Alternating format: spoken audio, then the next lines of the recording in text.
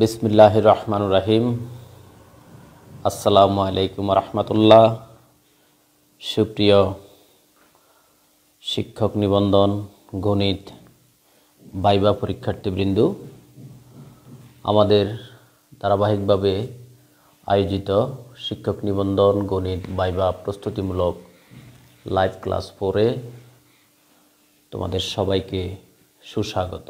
আমাদের ধারাবাহিকভাবে viva live class 1, 2, 3 আজকে 4 ক্লাসটি নিয়ে আসছি এমটি বিল্লাল স্যার অনলাইন প্ল্যাটফর্মের সৌজন্যে। MT Billal sir online platform হলো মূলত শিক্ষক নিবন্ধন গণিত লিখিত প্রস্তুতিমূলক কোর্স পরিচালনা এবং অনার্স ডিগ্রি মাস্টার স্তরের গণিত পরিচালনার একটি প্ল্যাটফর্ম।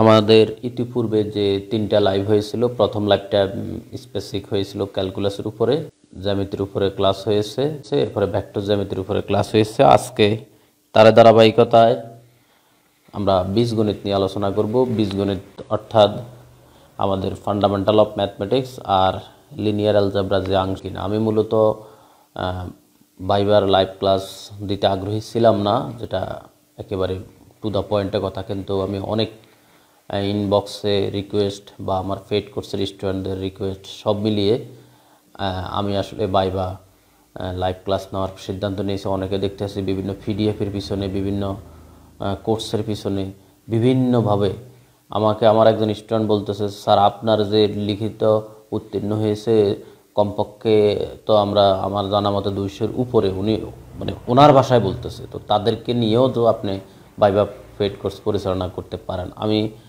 বললাম আসলে ভাইবা পেড কোর্স পরিচালনা করার তেমন কিচ্ছু নাই, মানে ভাইবাটা হলো কনফিডেন্সের বিষয়, আর তোমার জানা জিনিসগুলোকে একটু ব্রেনে নিয়ে আসা। তোমাকে আমি যাই পড়াই না কেন, এমন হতে পারে ভাইবাতে এমন একটা প্রশ্ন করছে যেটা তুমি অতীতে কোনো এক সময় শিখে রেখেছো, স্টুডেন্ট পড়াইতে গিয়ে জেনেছো, বা তোমার স্টুডেন্ট লাইফে নিচের দিকের পড়াশোনা থেকে জেনেছো, আর এখানে আমি অনেক পড়াইলাম কিন্তু আসলো না। ভাইবাটা হলো আসলে এমনই এক জিনিস। তারপরেও আমাকে কিছু স্টুডেন্ট বলতেছে, স্যার তারপরেও তো আপনি যদি আমাদের কিছু জিনিস ডিসকাস করেন আমাদের অতীত স্মৃতিগুলো মনে পড়বে, বা আমাদের একটু প্রস্তুতিটা হবে, গোছানো প্রস্তুতিটা হবে। এই জন্যই মূলত আমি ভাইবার ক্লাস নিয়ে এসেছি। তারপরেও তোমাদের আর কারো কোনো আবদার আছে কিনা, রিকোয়েস্ট আছে কিনা, কোনো কিছু চাওয়া পাওয়ার আছে কিনা অবশ্যই তোমরা জানাবে। হৃদয় চন্দ্রদেব লিখছে, আমি 18তমতে আপনার কোর্সে ভর্তি ছিলাম, ক্লাসগুলো আছে কিন্তু আমি 19তম পরীক্ষা দিব, আমি কি আবার ভর্তি হব? স্যার আমাদের 18তম আর 19তমের মধ্যে ক্লাসে কিছুটা তফাৎ আছে, আবার বেশিরভাগটা মিল আছে। তফাৎটা হলো আমি এখন যেহেতু আসলে ভাইবার ক্লাস নিয়ে আসছি, এই প্রসঙ্গটা সংক্ষেপে বলি, বিস্তারিত বলতে গেলে অনেক সময় চলে যাবে। 18তমতে আমি যে ক্লাসগুলো পরিচালনা করেছি সেখানে পরীক্ষাটা মেজর হিসেবে রাখিনি, অর্থাৎ পরীক্ষাটা খুব কম নিয়েছি, বা মাঝে মধ্যে নিয়েছি, বা শেষের দিকে এসে নিয়েছি। আর 19তমতে আমার বিশেষত হলো প্রত্যেক অধ্যায় শেষে বাধ্যতামূলক আমি পরীক্ষা নিচ্ছি।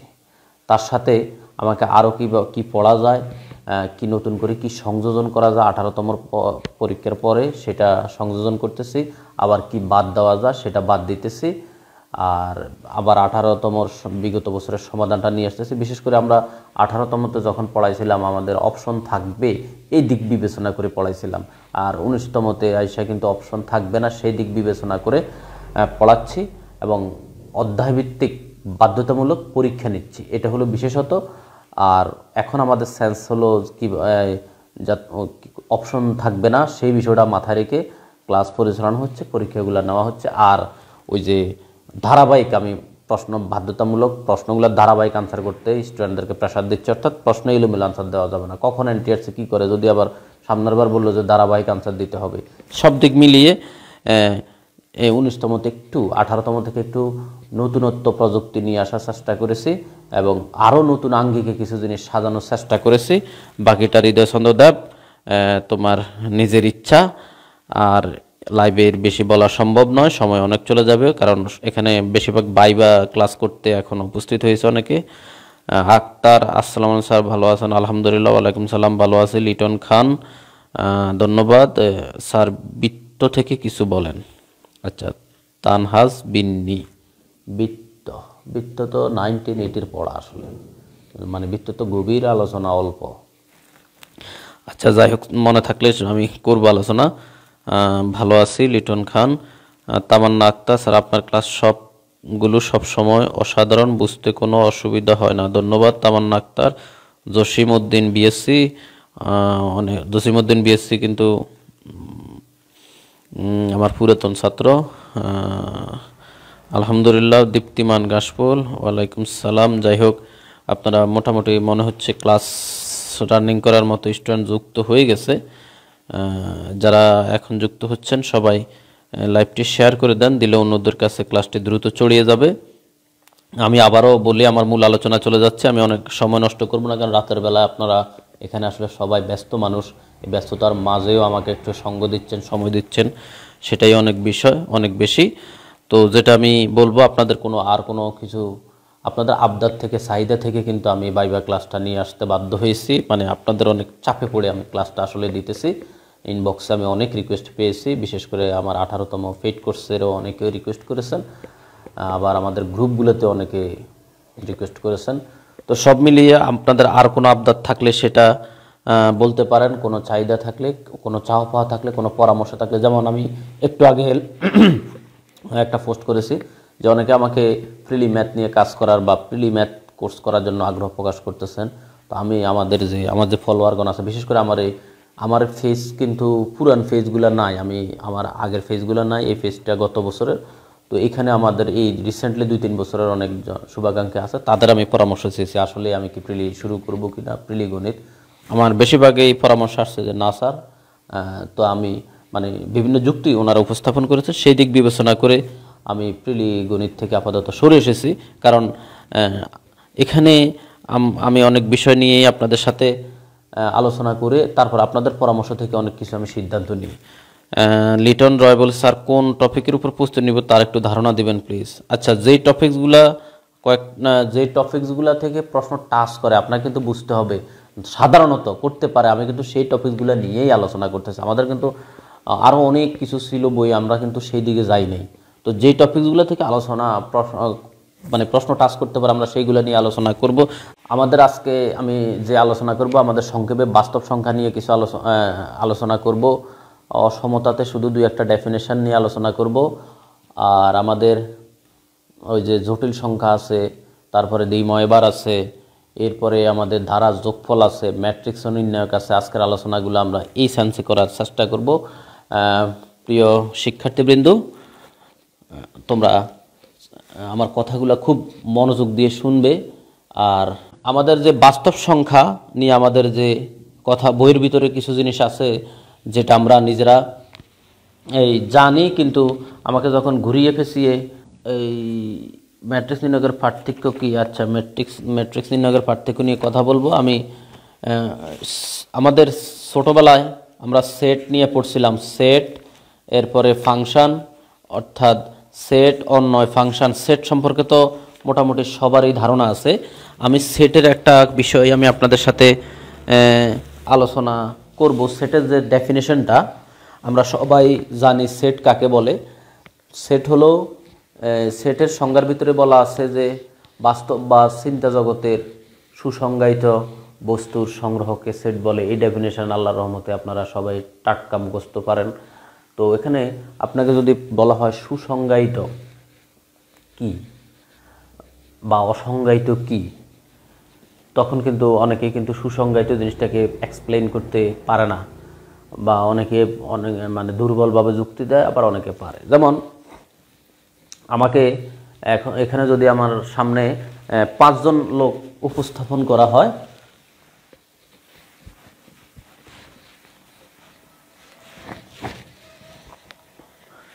এখানে আমি ধরলাম মিস্টার কামাল, জামাল, রহিম, করিম। এখানে 4 জন লোক উপস্থিত আছে। তো আমাকে যদি এখানে ঠিক আবার ওই একই টাইপের আরও 4 জন, তার অ্যান্টিপার্টি, ধরুন এ, বি, সি, ডি। এখন মিস্টার এ কে বলা হলো বা মিসেস এ কে বলা হলো আপনার কাছে এই 4 জন লোকের মধ্যে কাকে স্মার্ট মনে হয়? উনি বলল যে কামাল, কেউ বলল যে জামাল, এ বলল যে রহিম, এ বলল যে করিম। এখন এখন আমি ওনাদেরকে যদি বলা হয় যে তাহলে আপনার কাছে স্মার্ট বলতে কি জিনিস, একজনে কিন্তু একরকম বলবে। ঠিক এখানে আমাকে সামনে যদি 4 জন লোক দাঁড় করানো হয়, 4 জনকে যদি বলা হয় যে এখানে তাদের মধ্যে এখানে কালোকে, যেমন আমরা যে ক্রিস গেল খেলোয়াড় উনিও কিন্তু কালো, এবং আরও হালকা কালো অনেক লোক আছে, আরও কালো আছে, মানে কালোর কিন্তু কোনো শেষ নাই। ঠিক ফর্সা মানুষেরও কিন্তু অনেকগুলা ক্যাটাগরি আছে। এখন স্মার্ট লোকেরও কিন্তু অনেকগুলা ক্যাটাগরি আছে। কারো দৃষ্টিতে স্মার্ট বলতে বোঝা হলো সুশিক্ষিত, কারো কাছে স্মার্ট বলতে বোঝা হলো সত্যবাদী, কারো কাছে স্মার্ট বলতে বোঝা ধার্মিক, কারো কাছে স্মার্ট বলতে আরও অনেক কিছুকে বোঝায়, কারো কাছে স্মার্ট বলতে ভালো একটা জবকে বোঝায়। এখন স্মার্ট কাকে বলে সেই সংজ্ঞাটা কিন্তু আমরা আসলে মানে দলমত নির্বিশেষে একমত হইতে পারবো না। ঠিক কালো মানুষ কালো কাকে বলে সেটার সংজ্ঞা আমরা দাঁড় করাইতে পারবো না। এই পর্সা লোকের যদি আমাকে লিস্ট করতে বলে যে এখানে 50 জন লোক আছে, আপনার কাছে কাকে পর্সা লাগে, তো অনেকে বলবে যে লাল ফর্সা ফর্সা, অনেকে বলবে যে একেবারে ক্লিন ফর্সা ফর্সা, আবার অনেকে বলবে আরে না আরও কত রকমের আছে। এটা এখন এই যে আমি বললাম আপনাদের বোঝানোর স্বার্থে নিয়ে আসছি কালো, ফর্সা, স্মার্ট, এই যে জিনিস নিয়ে আসছি আমি, এইগুলা কিন্তু কখনো এগুলাকে ডিফাইনে আনা যায় না। অর্থাৎ এগুলাকে মনের ভাব সঠিকভাবে প্রকাশ করে উপস্থাপন করা যায় না। এই টাইপের জিনিসগুলোকে বলা অসংজ্ঞায়িত। তো সেট এই টাইপের জিনিসগুলো নিয়ে কাজ করে না। সুন্দর, ফর্সা, এরপরে স্মার্ট, এই টাইপের জিনিস নিয়ে কাজ করে না। সেট কাজ করে হলো যে জিনিসগুলোকে সংজ্ঞায়িত করা যায়, এই টাইপের জিনিস নিয়ে সেট কাজ করে। তো অসংজ্ঞায়িত বলতে যেটাকে আমরা কোনো সংজ্ঞায় ওয়েল ডিফাইনে নিয়ে আসতে পারি না, সেটাই হলো অসংজ্ঞায়িত। তো সেট এরকম জিনিস নিয়ে কাজ করে না। আর সেটের যে সেটের জনক বা সেটের বিভিন্ন চিহ্ন আরও যে ব্যবহার বিধি সেগুলো আমরা সবাই জানি। এরপরে আমাদের অন্য এবং ফাংশন আমাদের এই ভাইভা বোর্ডের অন্তর্ভুক্ত একটা বড় টপিকস। বড় টপিকস মানে অনেককে জিজ্ঞেস করে আর কি। আমাকে যদি বলা হয় অন্যয় কি, আমাকে যদি বলা হয় অন্যয় কি, তো আমরা অনেকেই বলে থাকি অন্যয় হলো কার্টেসীয় গুণজ সেট। অনেক সময় কিন্তু কথাটা সঠিক নয়। ধরো 1 2 3 বি একটা সেট, 3 4 6। অন্যয় সংজ্ঞায় বলা হলো যে অন্যয় হলো এ ক্রস বি এর এই সাবসেট, অন্যকে রিলেশন বা আর দ্বারা প্রকাশ করা। অর্থাৎ এ ক্রস বি এটাকে যদি আমরা ওই যে এটা কিছু কার্টেসীয় গুণজ করলে যে আমরা কতগুলা সেট পাই 1, 3, 1, 4, 1, 6, এই এরকম 2, 3, 2, 4, 2, 6। আমি সব লিখলে 3, 4, আচ্ছা লিখেই ফেললাম 3, 3, 3, 6। এই যে অনেকগুলা ক্রমজোড় আমরা পেলাম। তার মধ্যে আমি যেই কোনো একটা অংশ নিয়ে যদি আমি আলাদা আমি বলতে পারি যে এই ধরো আমি এখান থেকে 2টা নিলাম, এই 2টা কিন্তু এই এটাই হলো আমার, এটা হলো আমার মূলত এই আমি তো আর বিস্তারিত লিখতেছি না, তোমাদের বুঝে নিতে হবে যে আমি জাস্ট একটু ধারণা দিচ্ছি। এটা হলো এ ক্রস বি, তো এটা হলো এ ক্রস বি এর সাবসেট, এটাকে আমি একটা অন্য বলতে পারি। ঠিক এখানে যে কোনো একটা জোড়া নিয়ে, 2টা জোড়া নিয়ে, 3টা জোড়া নিয়ে, সবগুলো নিয়ে আমরা যদি একটা নতুন সেট প্রকাশ করি সেটাকেই বলে অন্যয়, সেটাকেই বলে অন্যয়। তাহলে এই অন্যয় নিয়ে আর তেমন কোনো ঝামেলা নাই। আর অন্যয়েরই একটা অংশ কিন্তু ফাংশন। তো ফাংশন নিয়ে আমরা প্রথম ক্লাসে খুব ডিপলি আলোচনা করেছি, এই জন্য আমি ফাংশনটা অ্যাভয়েড করে গেলাম, ফাংশনের সংজ্ঞা এবং ফাংশনের বিভিন্ন ফাংশনের প্রকারভেদ। আমরা চলে যাচ্ছি হলো আমাদের আজকের আলোচনা। এই আলোচনার একটা বড় অংশ জুড়ে থাকবে সংখ্যা। যেমন সংখ্যার মধ্যে আমাদের সংখ্যার যে বাস্তব সংখ্যার যে বিভিন্ন ক্লাসিফিকেশান আছে, তার ভিতরে আবার ক্লাসিফিকেশান আছে। এরপরে আমাকে যে আমাদের বইয়ে যে বিখ্যাত যে একটা টপিকস আছে যে প্রথমত আমরা যদি এনের থেকে কে বড়, আমাদের জেড বড়, জেডের থেকে কিউ বড়, কিউ থেকে আর বড়, সাবসেটও দিতে পারি বা ওই যে গ্রেটার দ্যানও দিতে পারি, এটা সমস্যা নাই। এটা আমাকে একটু ব্যাখ্যা করে বুঝিয়ে দিন। আপনাকে বলল এটা একটু, আমি একটা বিসমিল্লাহ দিয়ে চলে দিলাম, মানে গভীরে চলে গেলাম, মানে আমার সময় যাতে আপনাদের কম লাগে আমি সেদিকেও বিবেচনা করে আলোচনা করার চেষ্টা করি আর কি। এইরকম ডিপলি যখন আপনাকে বললো যে এটা ব্যাখ্যা করেন, এটা কিন্তু আমরা সবাই পড়েছি কম বেশি, আমরা জানি, কারণ এটা একটা সালেও এসেছিল। এখন আমাকে বললো যে এটা ব্যাখ্যা করে দেন, তখন আপনি এটার ব্যাখ্যা করতে গিয়ে আপনাকে ধরেন সারাদিনে আপনি কেন শিক্ষকতা পেশা আসতে চাচ্ছেন, এর উত্তর কেমন দিলে ভালো হয়? আসলে এটার উত্তর, এটা নিয়ে উত্তর নিয়ে আমি একদিন মৌলিক সংখ্যা কেন নয় জানতে চাই স্যার। এক মৌলিক সংখ্যা কেন না? আচ্ছা, এই বিষয়ে কথা। ধন্যবাদ, সুন্দর একটা প্রশ্ন করেছেন উনি। তো এখন কথা হলো, আপনি কেন শিক্ষক হতে চাই, এটার উপরে আমি আপনাদেরকে একটা কাজ দিই। আপনি কেন শিক্ষক হতে চান এটার উপর আপনারা প্রত্যেকে একটা আর্টিকেল লিখবেন, লিখে আমার শিক্ষক নিবন্ধন, এই নাম তো আমারও গ্রুপের মনে থাকে না সবসময়, গ্রুপের তো শেষ নাই, শিক্ষক নিবন্ধন গণিত লিখিত প্রস্তুতি, এই নামে আমার একটা গ্রুপ আছে, পাবলিক গ্রুপ। সম্ভবত এখানে আপনার 45K প্লাস মেম্বার আছে। শিক্ষক নিবন্ধন গণিত লিখিত প্রস্তুতি, এখানে আপনারা সবাই জমা দিবেন, আপনারা নিজের ভাষায় লিখবেন, কেমন? আমি কিন্তু এটা নিয়ে একদিন অনেক ডিসকাস করেছিলাম, 20,000 লোক এই ক্লাসটা দেখেছে। আমি কেন গণিতের শিক্ষক হতে চাই, অথবা আমি কেন শিক্ষক হতে চাই, গণিত তো বাদ দিলাম, আমি কেন শিক্ষক হতে চাই বা আপনি কেন শিক্ষক হতে চান, এটার উপরে আপনার যা মনে চায় আপনি লিখবেন, লিখে ওই গ্রুপে পোস্ট করবেন, তাহলে আমি অ্যাপ্রুভ করে দিব।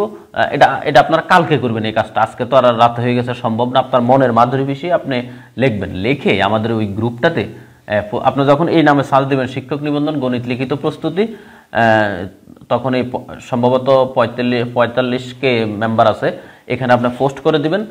পোস্ট করলে এরপরে আমি একজনেরটা তারপরে দেখতে পারবেন আমি কেন শিক্ষক হতে চাই। তাহলে আমার মনে হয় ওভারঅল একজনেরটা একজনের জানলে আপনাদের জানার পরিধিটা বাড়বে। আমি তো আমার ভাষায় একটা কথা কব, তো এটাতে তো আর হইল না, তাই না? আমি তো ওই এর একটা দুইটা এরকম অনেক বলেছি। যাই হোক, ওনার প্রশ্নটা সুন্দর। আরেকজনে বলছে ওয়ান কেন মৌলিক সংখ্যা নয়, এই বিষয়ে কথা বলবো।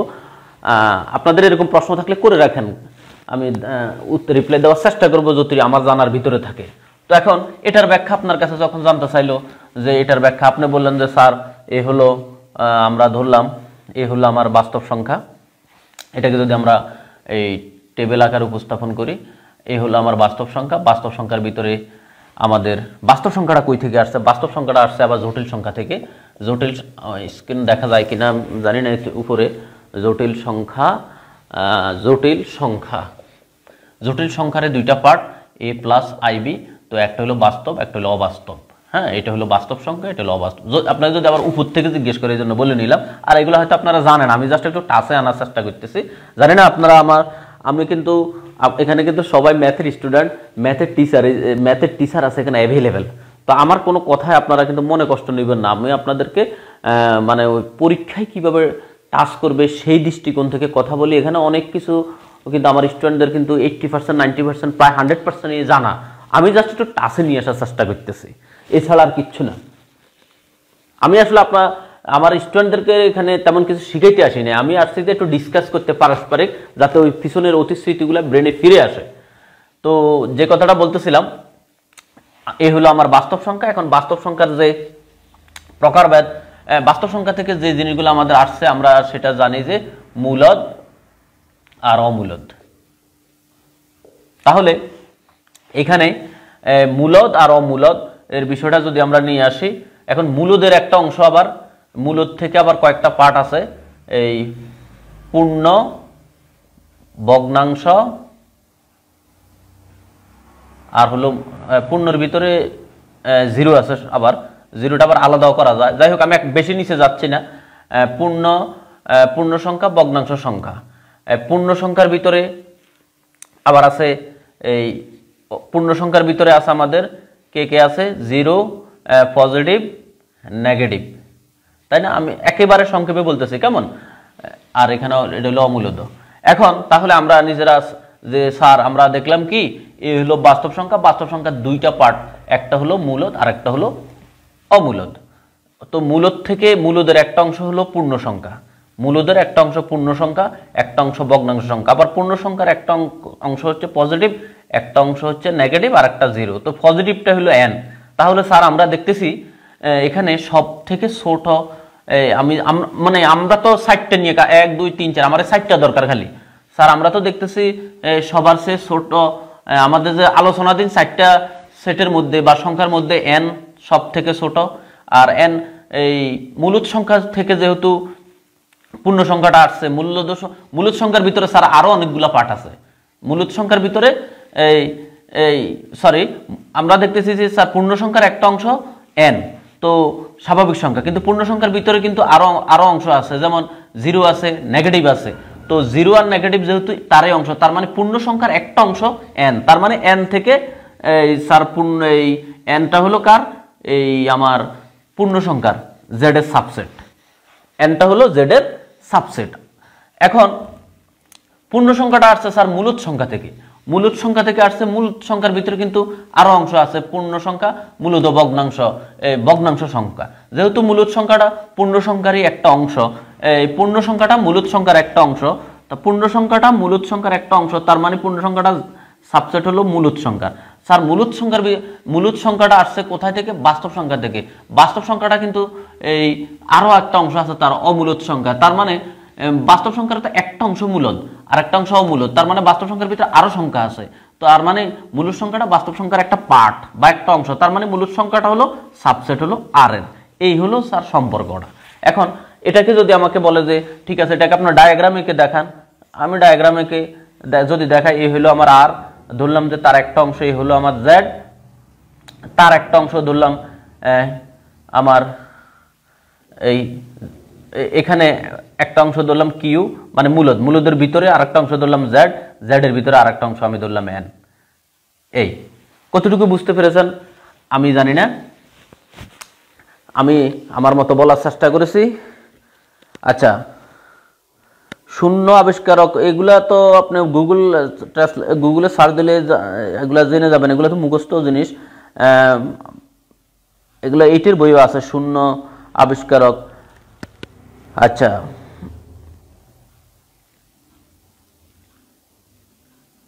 আমি কমেন্টগুলো দেখতেছি। স্যার যদি জিজ্ঞেস করে কেন আপনাকে আমরা চাকরিটা দিব বা কেন আপনাকে বাছাই করব, এই প্রশ্ন এইগুলা আপনাদের কর্পোরেট জবে এগুলা জিজ্ঞেস করে আমার এখানে, আমাকে কেন চাকরি দিবে? আমি আমার যোগ্যতায় রিটেন উত্তীর্ণ হয়েছি, আমি তো বাইবা আইসি ফর্মালিটি মেনটেন করতে। জান্নাতুল নাইমা এটা কোনো কর্পোরেট জব নয় যে কেন আপনাকে চাকরিটা দিব। উনি আপনাকে কি চাকরি দিব? উনি তো শুধু নাম্বার দিবে। ধন্যবাদ। তারপরে মিমিজা পারবেন, যেদিন বাইবা পরীক্ষা ওই দিন মাস্টার্স পরীক্ষা, বাইবা বোর্ডে সারা যদি মাস্টার্স করেছে কিনা যেটা জানতে চায় তাহলে কি উত্তর দেব? যেদিন বাইবা সেদিন মাস্টার্স পরীক্ষা, আশা করি এটা হয়তো একটা সমাধান দিবে, আশা করি আর কি। আপনি কেন মাস্টার্সের বিষয়ে জানতে চাইলে আপনি বলবেন সঠিক কথা, অসুবিধা কি? আচ্ছা, clear লেগছে।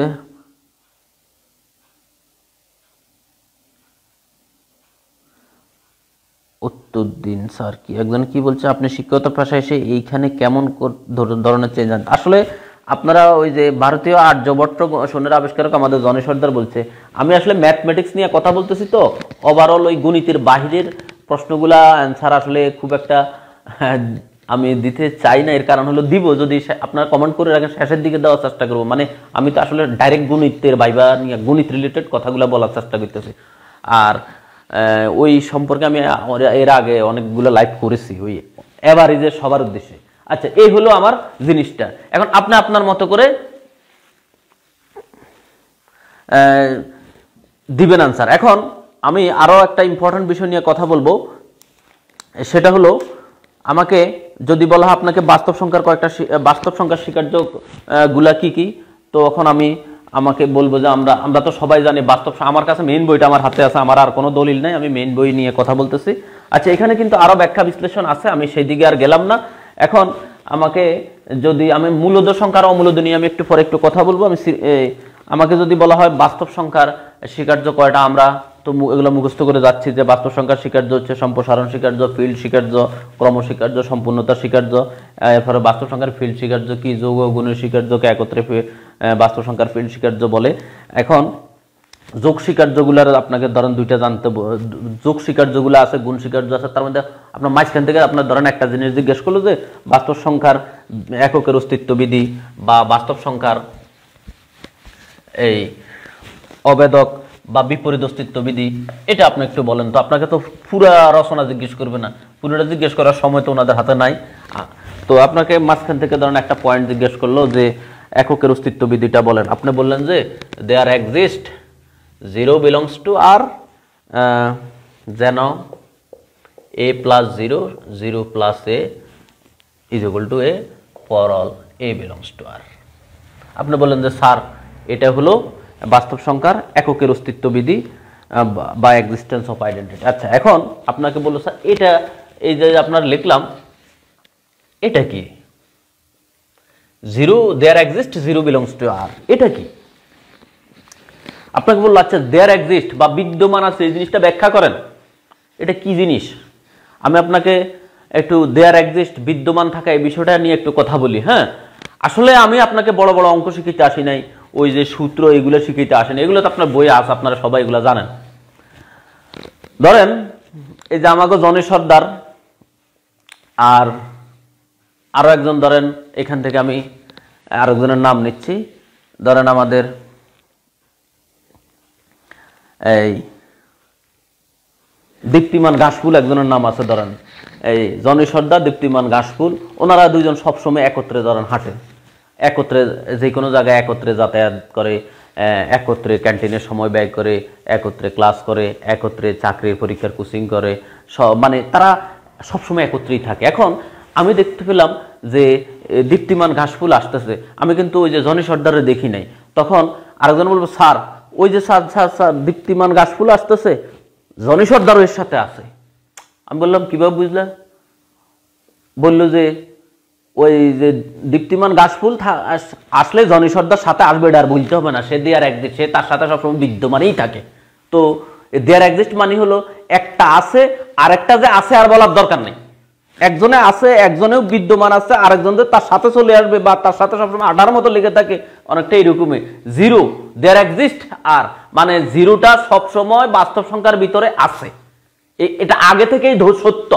There exist 0 belongs to R, জিরোটা বাস্তব সংখ্যার ভিতরে আছে। এখন থাকার পরে জিরো এমন একটা সংখ্যা যেটার সাথে অন্য যেই কোনো বাস্তব সংখ্যা, আপনাকে বললো পরলে, পরলে এটার ব্যাখ্যাটা কি? পরল এ যেই কোনো বাস্তব সংখ্যা, অর্থাৎ আমি নিলাম 2, আপনি নিলেন 3, আরেকজন নিল 4, আরেকজন নিল 5, আরেকজন নিল -5, কোনো সমস্যা নাই। ফরল মানে যেই কোনো মান নিয়ে যদি ওই দেয়ার এক্সিস্ট যে সংখ্যাটা আছে তার সাথে যোগ করলে ওর মানের কোনো পরিবর্তন হয় না। স্যার এটাই হলো তার ব্যাখ্যা, এটাই হলো তার ব্যাখ্যা। তাহলে এই আমাদেরকে যখন এরকম ভিতর থেকে একটা পয়েন্ট আমার থেকে অ্যানালাইসিস করতে চাইবে, তখন যাতে আমরা বুঝিয়ে বলতে পারি সেই বিষয়টা আমাদের মাথায় রাখতে হবে। আরেকটা জিনিস হলো আমাকে বললো যে বিপরীত অস্তিত্ব বিধিটা আপনি ব্যাখ্যা করেন। তাহলে বিপরীত অস্তিত্ব বিধিটা হলো যে যে কোনো একটা সংখ্যা এ, তার সাথে যদি অন্য আরেকটা সংখ্যা আমি যোগ করলে যদি ওই যে দেয়ার এক্সিস্ট বিদ্যমান জিরোটা ফেরত আসে, তখন এই একজনকে আরেকজনের বিপরীত বলা হয়, একজনকে আরেকজনের বিপরীত বলা হয়। এখানেও কিন্তু ভাষাটা এভাবেই লিখছে যে a belongs to R, there exist -a belongs to R। অর্থাৎ দেখেন এখানের মধ্যে কত বিশেষ কিছু লুকিয়ে আছে। বুঝাইতে চাচ্ছে যে বাস্তব সংখ্যার ভিতরে 5 নামে যদি কোনো একটা সংখ্যা থাকে, -5ও বিদ্যমান থাকবে। আশা করি আমার কথাটা clear. a belongs to R, there exist -a belongs to R। 5 যদি থাকে -5 থাকবে, 3 যদি থাকে -3 থাকবে। তাদেরকে যদি আমরা যোগ করি, যোগফলটা আমার আসবে 0, মানে যোগের অবেদক।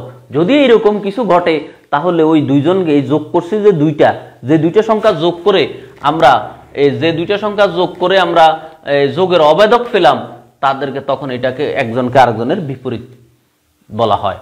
একজনকে আরেকজনের যোগাত্মক বিপরীত সংখ্যা বলে, একজনকে আরেকজনের যোগাত্মক বিপরীত সংখ্যা বলে।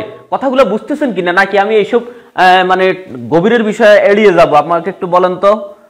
আচ্ছা, উপবৃত্ত, পরাবৃত্ত, অধিবৃত্তের সংজ্ঞা এটা নিয়ে তো আমি কথা বলেছি প্রথম ক্লাসে। আমি যে পয়েন্ট যেভাবে আলোচনা করতেছি আপনাদের সেগুলা আলোচনা করব না, আমি ভাষা আলোচনা করব। আমি একটু গভীরে জিনিসগুলা ক্লিয়ার করার চেষ্টা করতেছি আর কি। দেখি আপনাদের চাহিদাটা আমি একটু দেখে নিচ্ছি, কেমন আপনাদের ডিমান্ড নিয়ে। আমি ফাংশন সম্পর্কে বলুন শোয়েব আহমেদ, আপনাকে আমি পরামর্শ দিব আমার এই গ্রুপে লাইভ ক্লাস 1 ওটা ভালো করে করেন, ক্লিয়ার হয়ে যাবে। লাইভ ক্লাস 1 করেন, তাহলে আপনার জিনিসগুলো ক্লিয়ার হয়ে যাবে। আর যারা এই মুহূর্তে যুক্ত হয়েছেন অবশ্যই লাইভটি শেয়ার করবেন। আচ্ছা, মরিয়ম সিদ্দিকী বলছে আলোচনা চালিয়ে যান, একজনের মতামত পেলাম। আপনাদের কাজ হলো তড়িৎ গতিতে আলোচনা করা, আপনাদের কমেন্ট করা, কিন্তু কারণ আপনাদের কমেন্টের অপেক্ষা তো আমি মানে আপনাদের মতামতের অপেক্ষা তো বেশিক্ষণ বসে থাকা যায় না, কারণ এখানে অনেকে আছে কিন্তু বেশি সময় নিয়ে ক্লাস করতে পারবে না। তো যাই হোক, এই হলো আমার এই যোগের বিপরীত। একইভাবে আমরা যদি গুণের কথাটাও বলি ঠিক সেম সেন্সে আমাকে একটা এই যেমন এককের অস্তিত্ববিধি ওয়ান তো সবসময় ওই যে দেয়ার এক্সিস্ট ওয়ান, এ কথার অর্থ হলো there exist one belongs to R, এ কথার অর্থ হলো বাস্তব সংখ্যার ভিতরে সারা জীবন ওয়ান বলতে একটা সংখ্যা আছেই। One belongs to R, there exist one belongs to R, অর্থাৎ বাস্তব সংখ্যার বংশের মধ্যে ওয়ান নামে একটা সংখ্যা বিদ্যমান আছেই। যদি থাকে অন্য যে কোনো একটা সংখ্যা যদি আমি তার সাথে এভাবে গুণ করি অথবা এইভাবে গুণ করি, তাহলে ওই ফরল ওই সংখ্যাটার মানের কোনো পরিবর্তন হয় না। এটাই হলো তার এককের অস্তিত্ব বিধি। একইভাবে আমি যদি বলি যে there exist a belongs to R এবং there exist minus a belongs to there exist a inverse one belongs to R, তাহলে যদি তাদের গুণ করলে এ ইনভার্স ওয়ান মানে তো 1/a, গুণফলটা ওই যে তাদের ওই যে ধরে নেওয়া গুণের আইডেন্টিটিটা চলে আসে, তখন আমরা বলি যে সংখ্যা দুইটি একটি আরেকটির গুণাত্মক বিপরীত। প্রিয় শিক্ষার্থীবৃন্দ, যোগাত্মক বিপরীত আর গুণাত্মক বিপরীত কিন্তু এক কথা নয়। যোগাত্মক বিপরীত হলো 3 এর যোগাত্মক বিপরীত হলো -3, -3 এর যোগাত্মক বিপরীত হলো 3, কিন্তু 3 এর গুণাত্মক বিপরীত হলো 1/3। অর্থাৎ দুটি সংখ্যা যোগ করলে তার অবেদক যদি আসে একটা আরেকটা যোগাত্মক বিপরীত, আবার দুটি সংখ্যা গুণ করলে তার গুণের অবেদক বা আইডেন্টিটি আসে, তখন সেটা হলো তার গুণাত্মক বিপরীত। অবেদক মানে হলো যোগের অবেদক 0 আর গুণের অবেদক হলো 1, অর্থাৎ যে সংখ্যা যোগ করলে মান পরিবর্তন হয় না সেটা যোগের অবেদক, যে সংখ্যা গুণ করলে গুণের মানের পরিবর্তন হয় সেটা হলো গুণের অবেদক। এইদিকে আর যাচ্ছি না, এই আলোচনাটা আমি এখানে রেখে দিচ্ছি। এগুলা কিন্তু আমার ভাইবা বোর্ডে জিজ্ঞেস করুক বা না করুক, এই গভীর নলেজগুলো কিন্তু আমাদের জন্য খুব ইম্পর্ট্যান্ট আমি মনে করি। যদিও আমি যখন এইগুলা নিয়ে রিটেন ক্লাস পরিচালনা করেছি এত ডিপলি আলোচনা করিনি, কারণ অনেকে আছে বেশি গভীরে গেলে বিপদে পড়ে যায়, তো গভীরতা আমরা কিছুটা এড়িয়ে চলি। এখন প্রয়োজনের তাগিদে আর কি এড়িয়ে চলি মাঝে মধ্যে। এখন যদি আমাদেরকে বলা হয় যে দুইটা সংখ্যার মধ্যে, দুইটি বাস্তব সংখ্যার মধ্যে কি কি সম্পর্ক থাকতে পারে, দুইটি বাস্তব সংখ্যার মধ্যে কয়টি সম্পর্ক থাকতে পারে আপনারা বলেন, দ্রুত বলেন, দ্রুত। দুইটি বাস্তব সংখ্যার মধ্যে কয়টি সম্পর্ক থাকতে পারে? একটা বাস্তব সংখ্যা a আর একটা বাস্তব সংখ্যা b, কয়টি সম্পর্ক হতে পারে? যেমন দুইটি বাস্তব সংখ্যা আমি যদি বলি, দুইটি বাস্তব সংখ্যা, একজনের নাম আবুল আরেকজনের নাম বাবুল, তো এই দুইজনের মধ্যে হতে পারে দুইজনে সমবয়সী, হতে পারে আবুল মিয়া বড় বাবুল মিয়া ছোট, আবার হতে পারে আবুল ছোট বাবুল বড়। এর বাইরে তো আর কিছু হওয়া সম্ভব না। এটা বাস্তব সংখ্যার ক্ষেত্রে এটাকে বলা ল অফ ট্রিকোটমি। এটা আমার ল অফ ট্রিকোটমি, এটা আমাদের রিয়েল অ্যানালাইসিসে ল অফ ট্রিকোটমি নামে এই ডেফিনেশনটা দেওয়া আছে। তো দুইটি বাস্তব সংখ্যার মধ্যে এর বাইরে কোনো সম্পর্ক হওয়া সম্ভব নয়, যেটা আমাদের এখানে হইলো বাস্তব সংখ্যার ক্রম বা বিন্যাস স্বীকার্যের অন্তর্ভুক্ত এরকম। এখন আমাকে এরকম একটা স্বীকার্য আছে যে a belongs to a greater than b হলে কখন ac greater than bc হবে? আপনাকে এই প্রশ্নটা করলো, কখন a greater than b হলে কখন ac greater than bc হয়? আপনার প্রশ্নটা এইভাবে ঘুরেই বললো। এখন আপনি কি জবাব দিবেন? আচ্ছা, আক্তার হোসেন লিখছেন অসংখ্য, অসংখ্য নয়, 3টি, অনেকে উত্তর দিয়েছেন। আচ্ছা, অসংখ্য না সাদার সাহেব, আচ্ছা, 3টি তো দেখা যায়, অনেক উত্তর দিয়েছেন, ধন্যবাদ। আচ্ছা, একজন বৃত্ত বৃত্ত বৃত্ত, আচ্ছা ঠিক আছে, চেষ্টা করব। আজকের ক্লাসটা একটু বড় হবে, যদি আপনারা বলেন যে আজকে আমার এমনিতে ওই যে কোনো পরীক্ষা বেস নাই আর নিয়মিত বেসেরও ক্লাস নাই, আপনারা যদি সময় দেন আমি ক্লাস বড় করব। আপনাদের ধৈর্যের উপর অনেক কিছু নির্ভর করে। আমি একটু 1 ঘন্টা পর আপনাদের মতামত নিব, ক্লাস চালাবো কি চালাবো না। আচ্ছা, এটা হলো সম্পর্ক। হ্যাঁ, আলামিন মন্ডল একজনের রেজাল্ট দিয়েছে। আচ্ছা, এখন কথা হলো, ধরেন এই 5 3 থেকে বড়। এখন আরেকটা সংখ্যা যদি আমি এরকম নিয়ে আসলাম -4, এখন আমি যদি এটার -4 দ্বারা গুণ করি -20, এখানে -3 × 12, এখন কে বড়? এই দুইটার মধ্যে কিন্তু এটা বড় হয়ে যায়। অর্থাৎ এই ভদ্রলোকের নাম আমি বলতেছি যে সি, এই সি, কিন্তু এই সিটা যদি মাইনাস না থাকতো তাহলে কিন্তু এরকম হইতো, মাইনাস না থাকে, অর্থাৎ এই পাশটা বড়ই থাকতো। অর্থাৎ এই যে যার দ্বারা আমরা গুণ করছি সে যদি 0 থেকে বড়, অর্থাৎ সেই সংখ্যাটা যদি আমি পজিটিভ নেই তাহলে এই ঘটনাটা সত্য, আর যদি নেগেটিভ নেই তাহলে, যখন আপনার বলবে যে এইরকম কখন হবে, তখন আমি বলবো সির মান <0, সির মান <0। এইভাবে আমাদেরকে এই বিষয়বস্তুগুলা ক্লিয়ার হয়ে অগ্রসর হতে হবে, কেমন? আচ্ছা, আমাকে একজনে প্রশ্ন করছিল, স্যার 1 কেন মৌলিক সংখ্যা নয়? এ বিষয়ে আমি একটু কথা বলি, যেহেতু আমি এখন সংখ্যার ভিতরে আছি, না হয় পরে ভুলে যাব। 1 কেন মৌলিক সংখ্যা নয়, এরকম আমাদের কিন্তু অনেক আলোচনা আছে ডিপলি। আর মূলত সংখ্যা ও মূলত সংখ্যা নিয়ে একটু কথা বলার চেষ্টা করব। আমাকে প্রশ্ন করছে, স্যার 1 কেন মূলত সংখ্যা নয়? আমাদের এই ফান্ডামেন্টাল ম্যাথে কিন্তু এই বিষয়গুলো ক্লিয়ার আছে। এরপরে আমাদের থিওরি অফ নাম্বারস নামে একটা কোর্স আছে, অ্যাডভান্স থিওরি অফ নাম্বার নামে কোর্স আছে, ওখানে কিন্তু একেবারে সংখ্যা, মৌলিক সংখ্যা নিয়ে খুব গভীর আলোচনা আছে বাংলাদেশি এবং বিদেশি বিভিন্ন বইয়ের ভিতরে। প্রথম কথা হলো, আমরা সবাই এই সংখ্যাটা জানি যে 1 থেকে বড় যে সংখ্যা 1 এবং ওই সংখ্যা ছাড়া অন্য কোনো গুণনীয়ক নেই, সেটা হলো মৌলিক সংখ্যা। এটা হলো মৌলিক সংখ্যার একেবারে রুট লেভেলের ডেফিনেশন। এখন ওনার প্রশ্নটা 1 থেকে কেন বড়? আচ্ছা, প্রথম কথাই হলো ডেফিনেশনের কোনো ব্যাখ্যা নাই, সংজ্ঞায় বলা আছে 1 থেকে বড়, তাহলে আপনি 1কে কিভাবে মৌলিক সংখ্যা বলবেন? এটা হলো আপনার কাছে আমার প্রশ্ন, এটা হলো আপনার কাছে প্রশ্ন। 2 নম্বরে আপনার প্রশ্ন, তারপরেও জবাব দিচ্ছি। যখন আমাদের মৌলিক সংখ্যার ডেফিনেশন অ্যানালাইসিস করতে যাওয়া হয় তখন বলা হয় যে মৌলিক সংখ্যার আমার মৌলিক সংখ্যার 2টো গুণনীয়ক থাকবে, একটা হলো 1 আর একটা হলো উনি নিজে। মৌলিক সংখ্যা 2টি গুণনীয়ক থাকবে, একটা হলো 1 আর একটা হলো উনি নিজে। তো 1 এর যখন আমি গুণনীয়ক বলতে যাব, 1 এর গুণনীয়ক মানে যে সংখ্যা দ্বারা সে নিঃশেষে বিভাজ্য। হ্যাঁ, তো 1কে আমি 1 দ্বারা ভাগ করলাম, নিঃশেষে বিভাজ্য। আর কি দ্বারা ভাগ করব? আর তো কিছু দ্বারা ভাগ করার নাই। এজন্য মৌলিক সংখ্যা হইতে হলেও তারে 2টা গুণনীয়কের মালিক হইতে হবে। তো মৌলিক সংখ্যা তো একটা গুণনীয়ক আছে, এই জন্য 1কে আমরা মৌলিক সংখ্যা বলতে পারি না। 1কে যৌগিক সংখ্যা বলা যায় না, কারণ যৌগিক সংখ্যা আবার 2টার বেশি গুণনীয়ক থাকতে হবে। তাহলে দেখেন 1 নিয়ে কিন্তু আমরা অনেকে ঝামেলায় আছি, বিপদে আছি। তবে 1 এরও একটা বিশেষ পরিচয় হলো 1কে বলা হয় গুণের অবেদক বা আইডেন্টিটি। 1 ছাড়া আবার কোনো কিছু হয় না। যাই হোক, এই হলো 1 এর ঝামেলা। তাহলে 1 মৌলিকও নয়, যৌগিকও নয়, 1 হলো বিশেষ সংখ্যা, 1কে বলা হয় গুণের অভেদক। আশা করি আপনি 1 কেন মৌলিক নয়, যিনি কমেন্ট করেছেন কমেন্ট উপরে চলে গেছে, কিন্তু আমার মনে আছে, আমি আলোচনা করে দিলাম। এই হলো মূল কারণ, 1 এর 2টি গুণনীয়ক নাই। আর মৌলিক সংখ্যার ডেফিনেশনেই বলা আছে 1 থেকে বড় যে সংখ্যাকে 1 এবং ওই সংখ্যা ছাড়া আর কোনো সংখ্যা দ্বারা ভাগ করা যায় না, সেটা হলো মৌলিক সংখ্যা। গভীর অ্যানালাইসিস করতে গেলে আরো কথা আছে, সেদিকে যাচ্ছি না। এবার আসো, আমাকে বলল যে মূলদ সংখ্যা কাকে বলে, অমূলদ সংখ্যা কাকে বলে, ব্যাখ্যা করেন বা বুঝিয়ে দেন। আচ্ছা, MS হাসান বলল নতুন কিছু শিখলাম, ধন্যবাদ।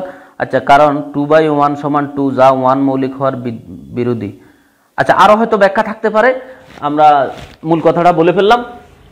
এখন আমরা শিখলাম যে মূলদ সংখ্যা হলো p/q আকারের সংখ্যা। সারা জীবন আমরা এই কথাটা জেনে এসেছি। তাহলে আমরা বলি যে p/q হলো p/q আকারের সংখ্যাকে মূলদ সংখ্যা বলে। এটা আপনারা সবাই জানেন, আমার স্টুডেন্টরা সবাই জানে। এখন কথা হলো, তাহলে 3কে কেন মূলদ সংখ্যা বলা হচ্ছে? কারণ 3কে আমরা এভাবে লিখতে পারতেছি। তাহলে 3.2কে কেন মূলদ সংখ্যা বলা হচ্ছে? কারণ 3.2কে আমরা এভাবে লিখতে পারি, তাই না? এই p/q আকারের সংখ্যাকে মূলদ সংখ্যা বলে। তাহলে এখন √3 মানটা 1, √3 হলো 1 √3 মান 1.732 এই আরও কি কি যেন আছে পরে, বা ভুল হইতে পারে, আমার মুখস্থ নাই। 1.4142 এরকম, পাইয়ের মান 3.1415926 এরকম অনেক সংখ্যা আছে, এগুলোকে বলি আমরা অমূলদ সংখ্যা। এখন কথা হলো, আপনার স্যার আপনাকে বলল ঠিক আছে তুমি তো নিজে সংজ্ঞা বলছো যে পি বাই কিউ আকারের সংখ্যাকে মূলদ সংখ্যা বলে, তাহলে তুমি তো দেখাইছো এগুলা মূলদ সংখ্যা, এটাকে কেন তোমার পি বাই কিউ আকারে লেখা যায় না? আচ্ছা, এটাকে কেন এটাকে কেন তোমার পি বাই কিউ আকারে লেখা যায় না? তখন আমি ব্যাখ্যা দিব, স্যার আমার যদি সংখ্যাটা দিত এরকম দশমিকের পরে 2 আছে, আমি লিখবো, আমরা জানি যে দশমিকের জন্য একের পরে যত শূন্য অঙ্ক তত শূন্য। এখন যদি আমার এখানে থাকতো আরেকটা, আমি আরেকটা দিতাম, যদি থাকতো আরেকটা দিতাম। এখন স্যার এইখানে দশমিকের পরে কয়টা শূন্য, দশমিকের পরে কয়টা অঙ্ক আছে আমি কিন্তু জানি না, তো দশমিকের পরে অঙ্ক কয়টা সেটা যেহেতু জানি না, আমি ভগ্নাংশ লিখে নিচে একের ফিটে কয়টা শূন্য দিব সেটাও জানি না, সেটা জানি না মানে আমি এটাকে ফ্র্যাকশন আকারে লিখতে পারি না, ফ্র্যাকশন আকারে লিখতে পারি না মানে আমি পি বাই কিউ আকারে লিখতে পারি না। এই জন্য এই ভদ্রলোকের নাম হলো অমূলদ সংখ্যা। এটাই হলো তার একটা ব্যাখ্যা যে এটাকে কেন পি বাই কিউ আকারে লেখা যায় না, এটাই হলো তার কারণ। দশমিকের পরে আমার কয়টা অঙ্ক আছে সেটা তো আমি জানি না, দশমিকের পর অঙ্কটা জানলে আমি তাকে ভগ্নাংশ আকারে নিয়ে আসতে পারতাম। এখন তো আমি দশমিকের পর অঙ্ক কয়টা আছে সেটা জানি না, এজন্য তাকে আমি ভগ্নাংশ আকারে নিয়ে আসতে পারি না। ভগ্নাংশ আকারে নিয়ে আসতে পারতেছি না মানে লব এবং হর আকার তাকে সাজাতে পারতেছি না, লব হর আকার সাজাতে পারতেছি না মানে পি বাই কিউ আকারে সাজাতে পারতেছি না। এইভাবে আপনি আপনার কথাগুলো আপনার স্যারকে বলে আসবেন, তাহলে হয়তো কিছুটা হলো স্যার স্যাটিসফাই হবে। হ্যাঁ, ব্যক্তিভেদে হয়তো ওনার কাছে আরো কোনো মতামত থাকতে পারে, আরো কোনো ধারণা থাকতে পারে, উনি ওনারটা বলবে, আপনি আপনারটা বলবেন, এরপরে বলবেন জি স্যার, জি স্যার। ভাইবা বোর্ডে আপনার কাজ হলো জি স্যার, ইয়েস স্যার, জি sir, sorry sir, okay sir, no sir, হ্যাঁ স্যার। ওই যে আমি অনেক জানি, আমি তো এমটি বিল্লাল স্যারের কাছে জেনে এসেছি, উনি কি কম জানে নাকি? হ্যাঁ, উনি বলেছে এটা, স্যার আপনি বলতেছেন এটা, তা এরকম মোস্তানি করা যাবে না ভাইবা বোর্ডে, ঠিক আছে? আপনি সবসময় সারেন্ডার কুল থাকতে হবে, কুল। আমাদের পরম মান নিয়ে কথা সম্ভবত বলেছিলাম। এবার আমি আরেকটা জিনিস নিয়ে কথা বলবো, যেটা আমরা অনেকেই জানি যে সীমাবদ্ধ সেট, এরপরে এই যে ঊর্ধ্বসীমা, নিম্নসীমা, ক্ষুদ্রতম ঊর্ধ্বসীমা, ক্ষুদ্রতম নিম্নসীমা, এই জিনিসগুলো থেকে যদি আমাকে ভাইবা বোর্ডে ফেস করতে হয় তখন আমি কিভাবে ফেস করব? বিশেষ করে হলো যে সীমাবদ্ধ সেট 22/7, এটাকে 22/7 নয়, এটা মূলত আপনার 22/7 ভাঙলে একটা অসীম সংখ্যা চলে আসবে। আচ্ছা যাক, এখন কথা হলো আচ্ছা এখানে হ্যাঁ, এই যে একজনে বলছে অ্যাপ্রক্সিমেট ভ্যালু, এটা হলো মানে অ্যাপ্রক্সিমেট ভ্যালু। আচ্ছা, এখানে আমাকে অনেকে মানে নিচের দিকের ওই যে ছোট ক্লাসের প্রশ্ন করতেছেন, মানে প্রাইমারি হাই স্কুল লেভেলের কিছু প্রশ্ন করতেছেন। তারপরেও চেষ্টা করব, ধন্যবাদ আপনারা প্রশ্ন করেন। আমি তো আপনাদেরকে ওই যে আমার লেভেলের আলোচনা করার চেষ্টা করতেছি আর কি।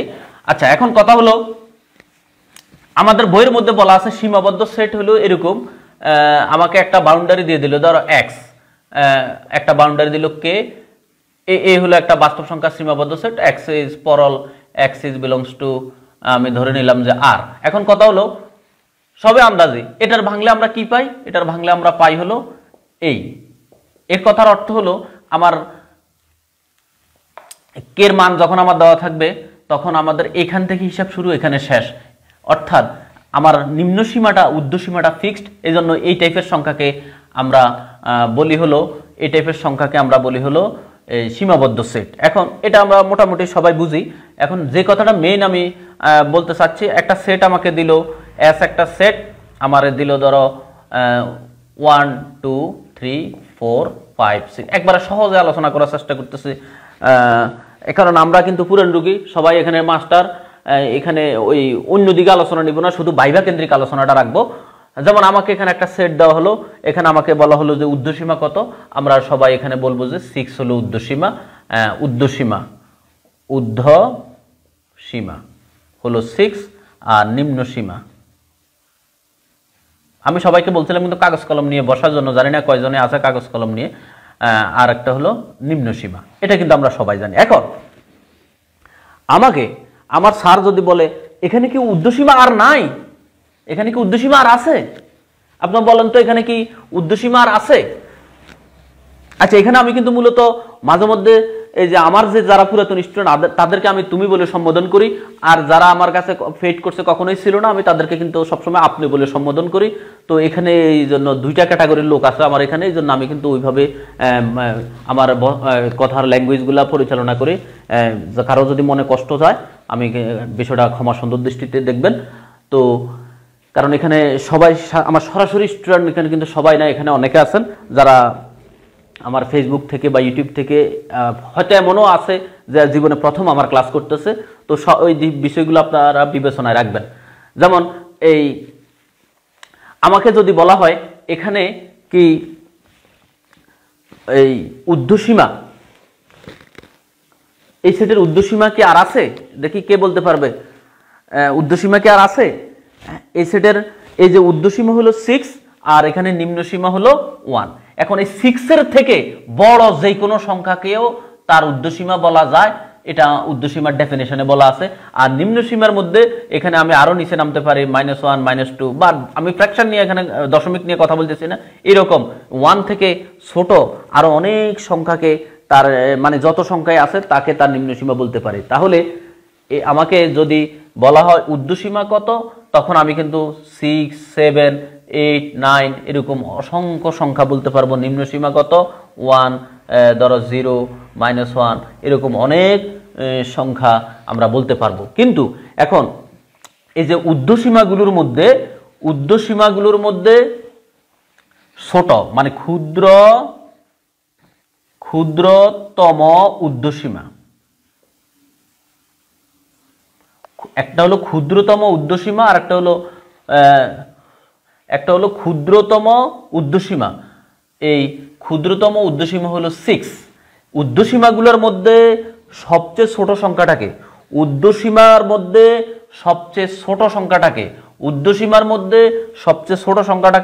ক্ষুদ্রতম ঊর্ধ্বসীমা বলে, এটাকে সুপ্রিমামও বলে, সুপ্রিমাম। ক্ষুদ্রতম লেটেস্ট আপার বাউন্ড, ওই যে ঊর্ধ্বসীমা মানে আপার বাউন্ড, LUB এই নামেও ডাকা হয়। আবার এই নিম্ন সীমাগুলোর মধ্যে সবচেয়ে বড়, নিম্ন সীমার মধ্যে সবচেয়ে বড় মানে হলো বৃহত্তম নিম্ন সীমা, এটাকে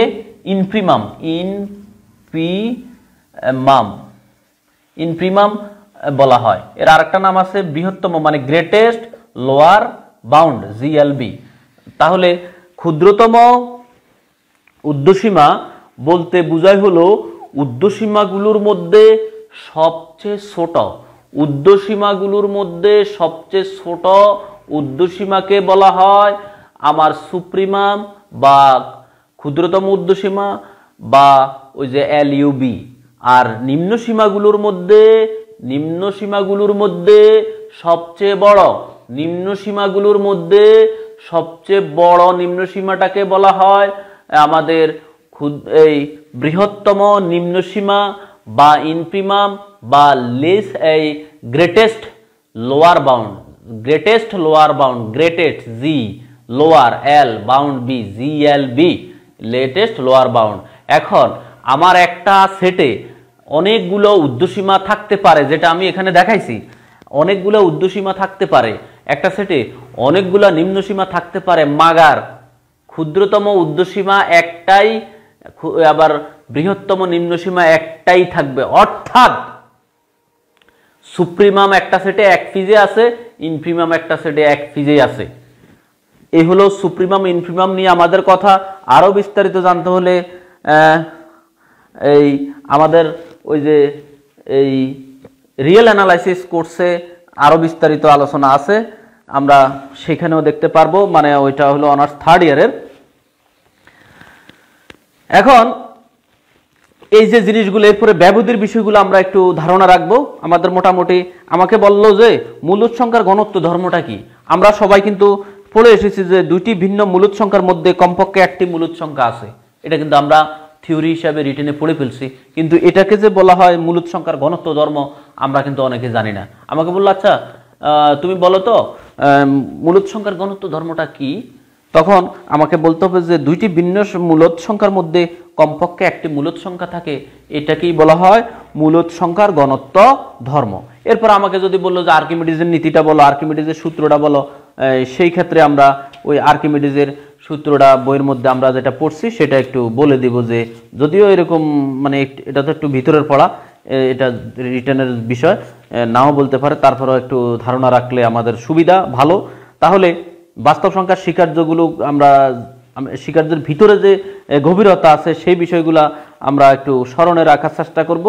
এরপরে আমরা ওই যে আরও যে ব্যবধির বিষয়ে আমরা একটু ধারণা রাখবো। এরপরে এখানে কমেন্টে যে মৌলিক সংখ্যা নিয়ে প্রশ্ন করছে সেটার উত্তর দিয়েছি।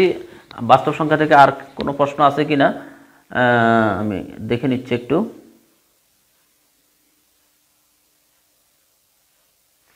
আমার আসলে দুঃখের বিষয় অনেকে ক্লাস করতেছে, কিন্তু আসলে আমি যে বারবার বলতেছি ক্লাসটা শেয়ার করে দেওয়ার জন্য অনেকে আসলে দিচ্ছে না, বিষয়টা আসলে দুঃখজনক। দীপ্তিমান গাছফুল আমাদের আপন ভাবেন, হ্যাঁ ধন্যবাদ। হ্যাঁ, আপনার গত দিনের একটা কমেন্ট কিন্তু আমি বিশেষ নজরে দেখেছি, অবশ্যই আপন না হলে তার ক্লাস দিতাম না আমি সবার উদ্দেশ্যে। আচ্ছা, এই প্রসঙ্গে আর তেমন কোনো কোশ্চেন নাই, আমি চলে যাচ্ছি তাহলে সামনে।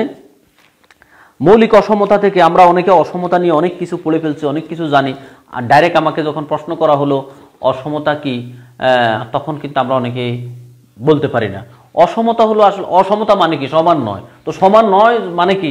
হয় বড় নয় ছোট, আর না হয় এই টাইপের আর কি, সমান নয়। এই তিনটা গাণিতিক এই যে চিহ্নযুক্ত হলেই তখন আমরা আলোচনাটাকে বইয়ের ভাষা বলে। অসমতা হলো একটি সম্পর্ক, যে সমস্ত গাণিতিক বাক্য এই চিহ্নগুলি ব্যবহৃত হয়, যে সমস্ত গাণিতিক বাক্যে এই চিহ্নগুলো ব্যবহৃত হয় তাকে আমরা বলি অসমতা। এই অসমতার এই ডেফিনেশন আমাদের একটু নলেজ রাখতে হবে। এরপরে এখানের ভিতরে আমাদের ওই যে গড় মধ্যক প্রচুরক নিয়ে কথা আছে, গড় মধ্যক প্রচুরক এগুলো তো ছোটবেলার পড়া, এগুলা এরপরে এগুলো একটু ধারণা নিতে হবে।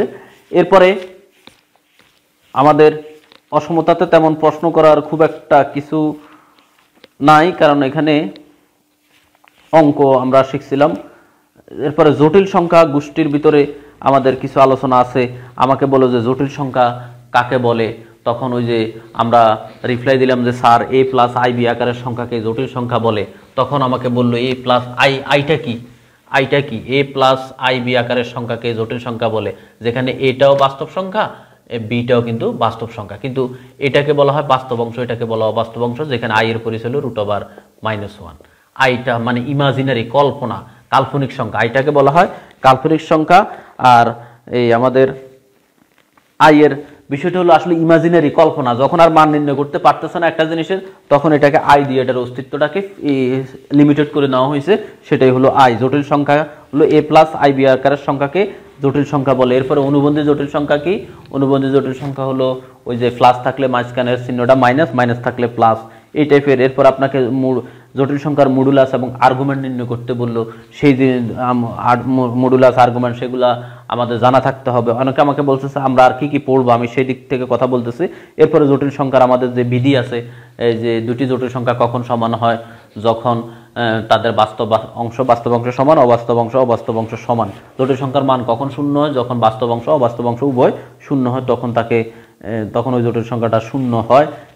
এই টাইপের মুখ্য আর্গুমেন্ট, এরপরে আর্গুমেন্ট, এই টাইপের কিছু জিনিস আমাদের একটু পড়ে রাখতে হবে। এরপরে আমাকে জটিল সংখ্যার একটা সূত্র আছে, অয়লার সূত্রটা কি? সবাই একটু, এটা কিন্তু সবাই জানে এই সূত্রটা, সবাই একটু খাতায় লিখে নাও যে অয়লার সূত্র কোনটাকে বলা হয়।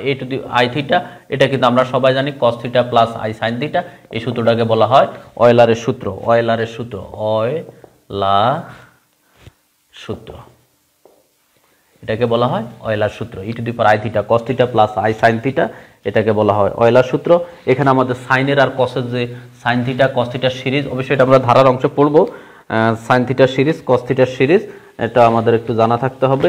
অয়লারের সূত্রের পরে মুখ্য আর্গুমেন্ট আর আর্গুমেন্ট, এই বিষয়ে একটু বইয়ের মধ্যে আছে, তোমরা ধারণা নিবে।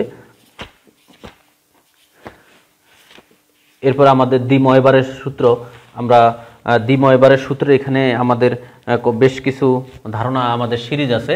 আচ্ছা, দি অয়লারের সূত্র আশা করি সবাই লিখছো। কস থিটার series, cos theta, sine theta, tan theta, এই সিরিজগুলা আমাদের একটু নলেজে রাখলে যদি আমাদেরকে জিজ্ঞেস করে যাতে আমরা বলতে পারি এখানে থিটা থাকতে পারে, এক্স থাকতে পারে, 1 minus theta square by 2 factorial plus theta to the power 4 by 4 factorials. এরপরে সাইন থিটারটা হলো এখানে হলো theta minus theta cube by 3 factorial plus 5 cube বা theta to the power 5 by 5 factorial minus dot dot. আবার tan থিটারটা series হলো theta plus theta cube by 3 2 theta to the power 5। আমি বই দেখে দেখে লিখতেছি, আমার মুখস্থ নাই সবগুলা। এই হলো আমাদের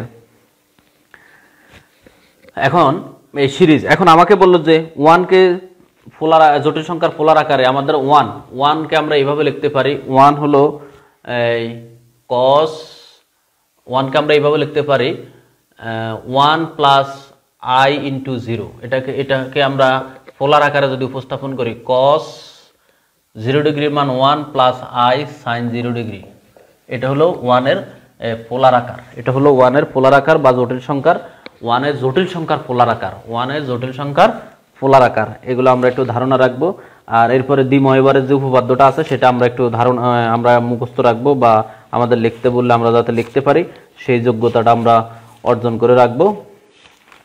এরপরে আমাদের কিন্তু বড় একটা আলোচনা আমাদের প্রশ্ন করতে পারে সমীকরণ তত্ত্ব থেকে। সমীকরণ তত্ত্ব থেকে কেন প্রশ্ন করতে পারে তার একটা বিশেষ কারণ আমি তোমাদেরকে বলবো।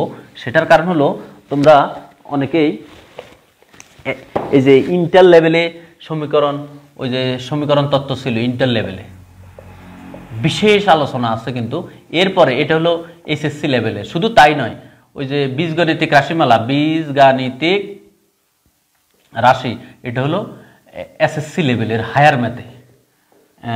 এসএসসি লেভেল সম্ভবত হায়ার ম্যাথে এই অধ্যায়টা আছে। এটা মানে এখানের ভিতরে যে আলোচনাগুলো আছে এখানের ভিতরে কিছু কমন আলোচনা আছে। সেই আলোচনা এই কারণে আমাদের কিন্তু সমীকরণ তত্ত্বতে কিন্তু আমাদের প্রশ্ন করার মতো অনেক বিষয় আছে। আমার প্রথম কথা হলো বহুপদী কাকে বলে, বীজগণিতিক রাশি কাকে বলে, তারপরে ওই যে সাধারণ দ্বিঘাত সমীকরণ, আদর্শ দ্বিঘাত সমীকরণ, মূল ও সহগের সম্পর্ক, এরপরে সমমাত্রিক রাশি, প্রতিসম রাশি, এরপরে ভাগশেষ উপপাদ্য, এরপরে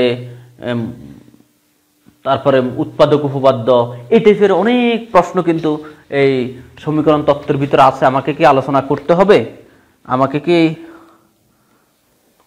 আলোচনা করবো এগুলি? আচ্ছা, পরম মান নেগেটিভ হয় না কেন একজনে বলছে, বৃত্ত সরলরেখা কোণিক নিয়ে একটু ক্লাস নিয়েন একজনে বলছে। আমি কি এই সমীকরণ তত্ত্ব নিয়ে কি আলোচনা করব? সমীকরণ তত্ত্ব, সমীকরণ তত্ত্ব,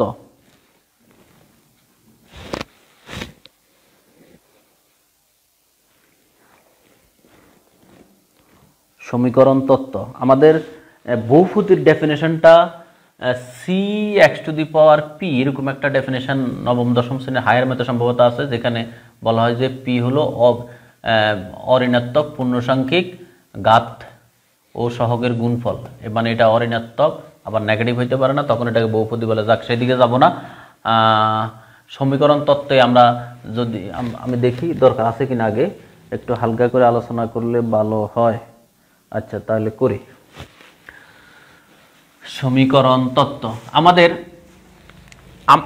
আমরা আসলে যা জানি, আমি বারবার কিন্তু বলি আমরা যা জানি, আমাকে কিন্তু তা জিজ্ঞেস করবে না। ওই জানা জিনিস থেকে আপনাকে ফোকাস করে প্রশ্নটা এরকম যে আপনি কি আসলে জিনিসটা গভীর থেকে ক্লিয়ার কিনা, সেটা আপনার মূল প্রশ্নের বিষয়। যেমন আমরা দ্বিঘাত সমীকরণের মূল ও সহগের সম্পর্ক থেকে আমরা যে আদর্শ দ্বিঘাত সমীকরণ ax square plus bx plus c equal to 0 এটা শিখে এসেছি। তো আমরা জানি যে মূলদ্বয়ের যোগফল মাইনাস b বাই এ, গুণফল হলো c বাই এ। এখন যদি ত্রিমাত্রিক হয় তখন আমরা পড়ে এসেছি যে এখন যদি এটা আদর্শ ত্রিঘাত সমীকরণ ax cube plus bx square plus cx plus d equal to 0, এটা হলো আদর্শ। আদর্শ মানে হলো ওই যে ধারাবাহিকভাবে বড় পদ থেকে ছোট পদগুলো সাজানো থাকলে সেটাকে বলা আদর্শ। যেমন এখানে 2, এখানে 1, যাই হোক এটা আমরা হয়তো জানি। এখন এখানে যদি আমি মূলগুলো ধরি, এখানে মূলগুলো হলো আলফা বিটা, এখানে মূল ধরে আলফা বিটা গামা। তো আমরা শিখেছি যে মূলদ্বয়ের যোগফল এখানে হলো 3টা, মূল ত্রয়ের যোগফল মাইনাস বি বাই এ, মূল দুইটা করে গুণফল beta gamma gamma alpha minus এটা হলো মাইনাস, এটা হলো মাইনাস, তারপর একটা প্লাস c/a।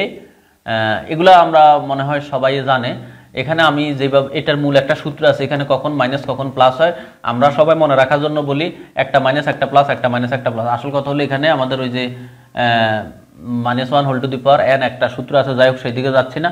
এখন কথা হলো আমরা মনে রাখি হলো একটা মাইনাস একটা প্লাস, এইভাবে আর কি। এখন আপনার বললো যে আচ্ছা মূল ও সহগের সম্পর্ক থেকে তো আপনি এটা জানেন, এটা প্রমাণ করে দেন, এটা আসলে সত্য কিনা। আমরা যদি একটা সাধারণত যে কোনো একটা সমীকরণ নিই, x² প্লাস 5x প্লাস 6, এই একটা সমীকরণ আমাকে দিল। এখন এটাকে সমাধান করলে x plus 3x plus 2x plus 6, এখান থেকে x কমন নিলে x প্লাস 3 আর এখান থেকে 2 কমন নিলে x plus 3 equal to 0, x plus 3 আর x প্লাস 2। এখন আমি যদি এখানে মূল নেই, x plus 3 is equal to 0, x is equal to আমার -3, আর এখান থেকে একইভাবে x minus 2, x is equal to -2। এটা হলো আমার একটা মূল, এটা হলো আমার একটা মূল। এখন যদি আমাকে বলা হয় সমীকরণের মূল বা রুট কি, সমীকরণের মূল বা রুট কি বা বীজ কি, কোন সমীকরণের যে সমাধানগুলো পাওয়া যায়, আমরা কিন্তু এমন একটা জিনিস এক জায়গায় কোথায় যেন দেখেছি, নবম দশম শ্রেণী হায়ার ম্যাথ বইয়ে আছে, সকল সমাধান ওই সমীকরণকে সিদ্ধ করে না, কিন্তু এরকম কিছু ব্যতিক্রমী ঘটনা আছে। কোন সমীকরণের থেকে যে সমাধানগুলো আমরা পাই, সেই সমাধানগুলোর মধ্যে যেই সমাধানগুলো ওই সমীকরণকে সিদ্ধ করে, স্যাটিসফাই করে, তখন ওই সমাধানগুলোকে আমরা বলি ওই সমীকরণের বীজ বা মূল বা রুট। যাই হোক, এখন আমি এখানে যে রুট বা মূল পেলাম সেটা -3 আর -2, এই -3টা হলো আমি ধরলাম আলফা, আর এই -2টা হলো আমার বিটা। এখন আমি যদি এই মূল দ্বয়ের যোগফল করি, আলফা প্লাস বিটা, আমি পাচ্ছি হলো -5। এখন এই -5কে আসলে বি বাই, এখানে বি, এখানে আমার এ বলতে কি, এ বলতে হলো আমার এ, দেখা যায় কিনা বোর্ডে, আচ্ছা এদিকে না এদিকে লিখি, এর এখানে আমার এ বলতে হলো 1 আর বি বলতে হলো 5। ওই এ হলো x² সহগ, বি হলো x এর সহগ, সি হলো ধ্রুবক পদ। এখন এই যে মূলদ্বয়ের যোগফল -5 আসলে কি, এই দুইটা যোগফল আমাদের -3। এখন এই যে বি বাই এ, এখন আমি যদি এটাকে লিখি b by a minus b by a, এখানে আমরা কিন্তু -5 ঠিকই পাচ্ছি, অর্থাৎ এই যে এটা হলো তার প্রমাণ, আলফা প্লাস বিটা সমান -5।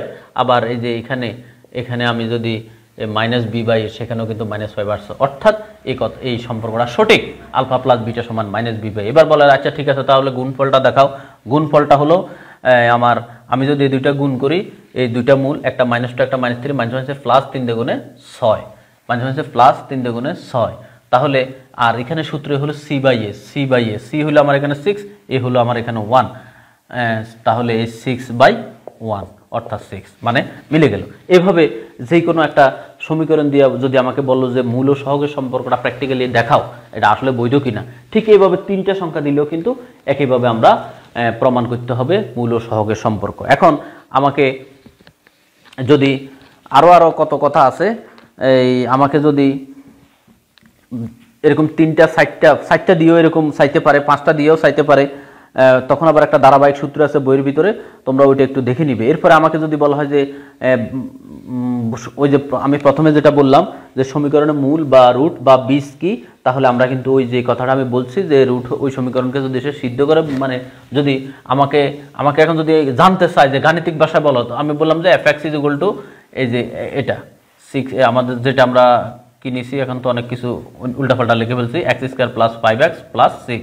এখন যদি এই কোনো একটা মান ধরো -3 = 0 হয়, তাহলে গাণিতিক ভাষা হলো -3 = 0 হলে -3 হবে এই সমীকরণের বীজ, আর যদি না হয় তাহলে বীজ নয়। অর্থাৎ কোনো সমীকরণের থেকে প্রাপ্ত মান বা সমাধান যদি ওই সমীকরণকে সিদ্ধ করে, তাহলে প্রাপ্ত মান বা সমাধানকে আমরা ওই সমীকরণের বীজ বা মূল বলি। আরও কথা হলো, কোনো সমীকরণের সর্বোচ্চ পাওয়া যত, ওই সমীকরণের ততটা মূল থাকে, সেটা আমরা জানি। যদি যেমন এই সমীকরণের সমাধান করলে 3টা বীজ বা মূল পাবো। এখন আমাকে যদি বলে যে বাকশাস উপপাদ্য কি, বাকশাস উপপাদ্যের ব্যাখ্যাটা দাও। বাকশাস উপপাদ্যতে আমরা শিখছিলাম যে বাকশাস উপপাদ্যটা সম্ভবত এরকম, একটা সমীকরণ f(x) যদি x - a, কোনো সমীকরণকে x - a দ্বারা ভাগ করলে তার বাকশাস হবে, যদি এরকম একটা সমীকরণ হয় তার বাকশাস হবে fa। আমরা ওই যে pdও মনে হয় পড়ছি, x - a দ্বারা ভাগ করলে বাকশাস হবে pa। কোনো সমীকরণকে এক্স মাইনাস এ দ্বারা ভাগ করলে তার ভাগশেষ হবে F A. F x is equal to 0 সমীকরণকে এক্স মাইনাস এ দ্বারা ভাগ করলে তার ভাগশেষ হবে এফ এ। অর্থাৎ আমি যদি একটা উদাহরণ দিয়ে বলতে চাই, ভাগশেষ উপপাদ্য আমাকে বললো যে উদাহরণ দিয়ে দেখাও, তোমরা কি আসো না হারাই গেছো? মাঝে মধ্যে একটু তোমার অবস্থানটা জানান দিবে যে তুমি আসো না হারাই গেছো। এমন যদি হয় যে লাস্টে আমি ছাড়া আর কেউ নাই, তাহলে তো প্রেস্টিজ ইস্যু, বুঝই তো, কার জন্য ওয়াজ করলাম সেই নাই। মাঝে মধ্যে একটু জানান দিবা নিজেদের অবস্থানটা। যেমন আমি একটা সহজ একটা উদাহরণ টেনে তোমাদের ক্লিয়ার করে দিতে চাই। আমাকে ধরা এরকম একটা এই পি এক্স মানে এফ কে পি দ্বারা ওই যে পলিনোমিয়ালের p x is equal to x square minus 5x plus 6, এটাকে যদি আমি এটাকে আমি যদি এক্স মাইনাস 4 দ্বারা ভাগ করি, ওই যে ছোটোবেলার ভাগ x square minus 5x plus 6, তাহলে এখানে এক্স স্কোয়ার আছে, ছোটোবেলার ভাগ এক্স স্কোয়ার মাইনাস 4x, এরপর আমরা ভাগ করলে এটা নিচেরটা প্লাস, এটা মাইনাস এক্স প্লাস 6। এখন এখানে প্লাস মাইনাস 1, তাহলে মাইনাস এক্স মাইনাসে প্লাস 4, আমি এখানে বিয়োগ করলে এটা কাটা, এখানে থাকতেছে কত 2, তাহলে ভাগশেষটা আসলো 2। অর্থাৎ এই এক্স মাইনাস 4 দ্বারা ভাগ করলে আমরা ভাগশেষ পাইলাম 2। আমি আবার বলতেছি এক্স মাইনাস 4 দ্বারা ভাগ করে ভাগফল হইল তোমার 2। এখন আমাকে বলতেছে যে আমরা একটু আগে বলছি যে এক্স মাইনাস এ দ্বারা ভাগ করলে ভাগশেষ পি এ। তাহলে এখন আমরা দেখাবো যে এই মানটা অর্থাৎ আমরা এখন বলতে পারবো এই যে এক্স মাইনাস 4 দ্বারা ভাগ করলে অর্থাৎ P4 is equal to 2। P4 is equal to 2 হলে এটা প্রমাণটা সত্য, না হয় সত্য নয়। P4 এর মান যদি 2 আসে, তাহলে দেখি P4 এর মান 2 আসে কিনা। P2 square minus 5 into 2 plus 6, তাহলে এখানে 2 দুগুণে 4, 6 4 এক P4 তাহলে 4 4 16, 4 5 20 প্লাস 6, তাহলে 16 6 22, 22 20 গেলে 2, অর্থাৎ এটা মিলে গেল। এই হলো আমাদের ভাগশেষ উপপাদ্যের প্রমাণ। এক্স মাইনাস, তাহলে ভাগশেষ উপপাদ্যটা আমি আবার ক্লিয়ার করে বলতেছি, একবার এফ দিয়ে বলছি, একবার পি দিয়ে বলছি। কোন সমীকরণ P A is equal to 0, P x is equal to 0 একটা সমীকরণ হলে ওই সমীকরণকে এক্স মাইনাস এর দ্বারা ভাগ করলে যে ভাগশেষ পাওয়া যাবে তা পি এর সমান। এটা হলো আমাদের এই ভাগশেষ উপপাদ্য। এখন আমার উৎপাদক উপপাদ্য আছে আবার একটা। উৎপাদক উপপাদ্যটা কি? উৎপাদক ওই যে মূলের বিষয়টা, কোন সমীকরণে যদি এই উৎপাদক উপপাদ্যটাও মনে হয় আমরা সবাই জানি।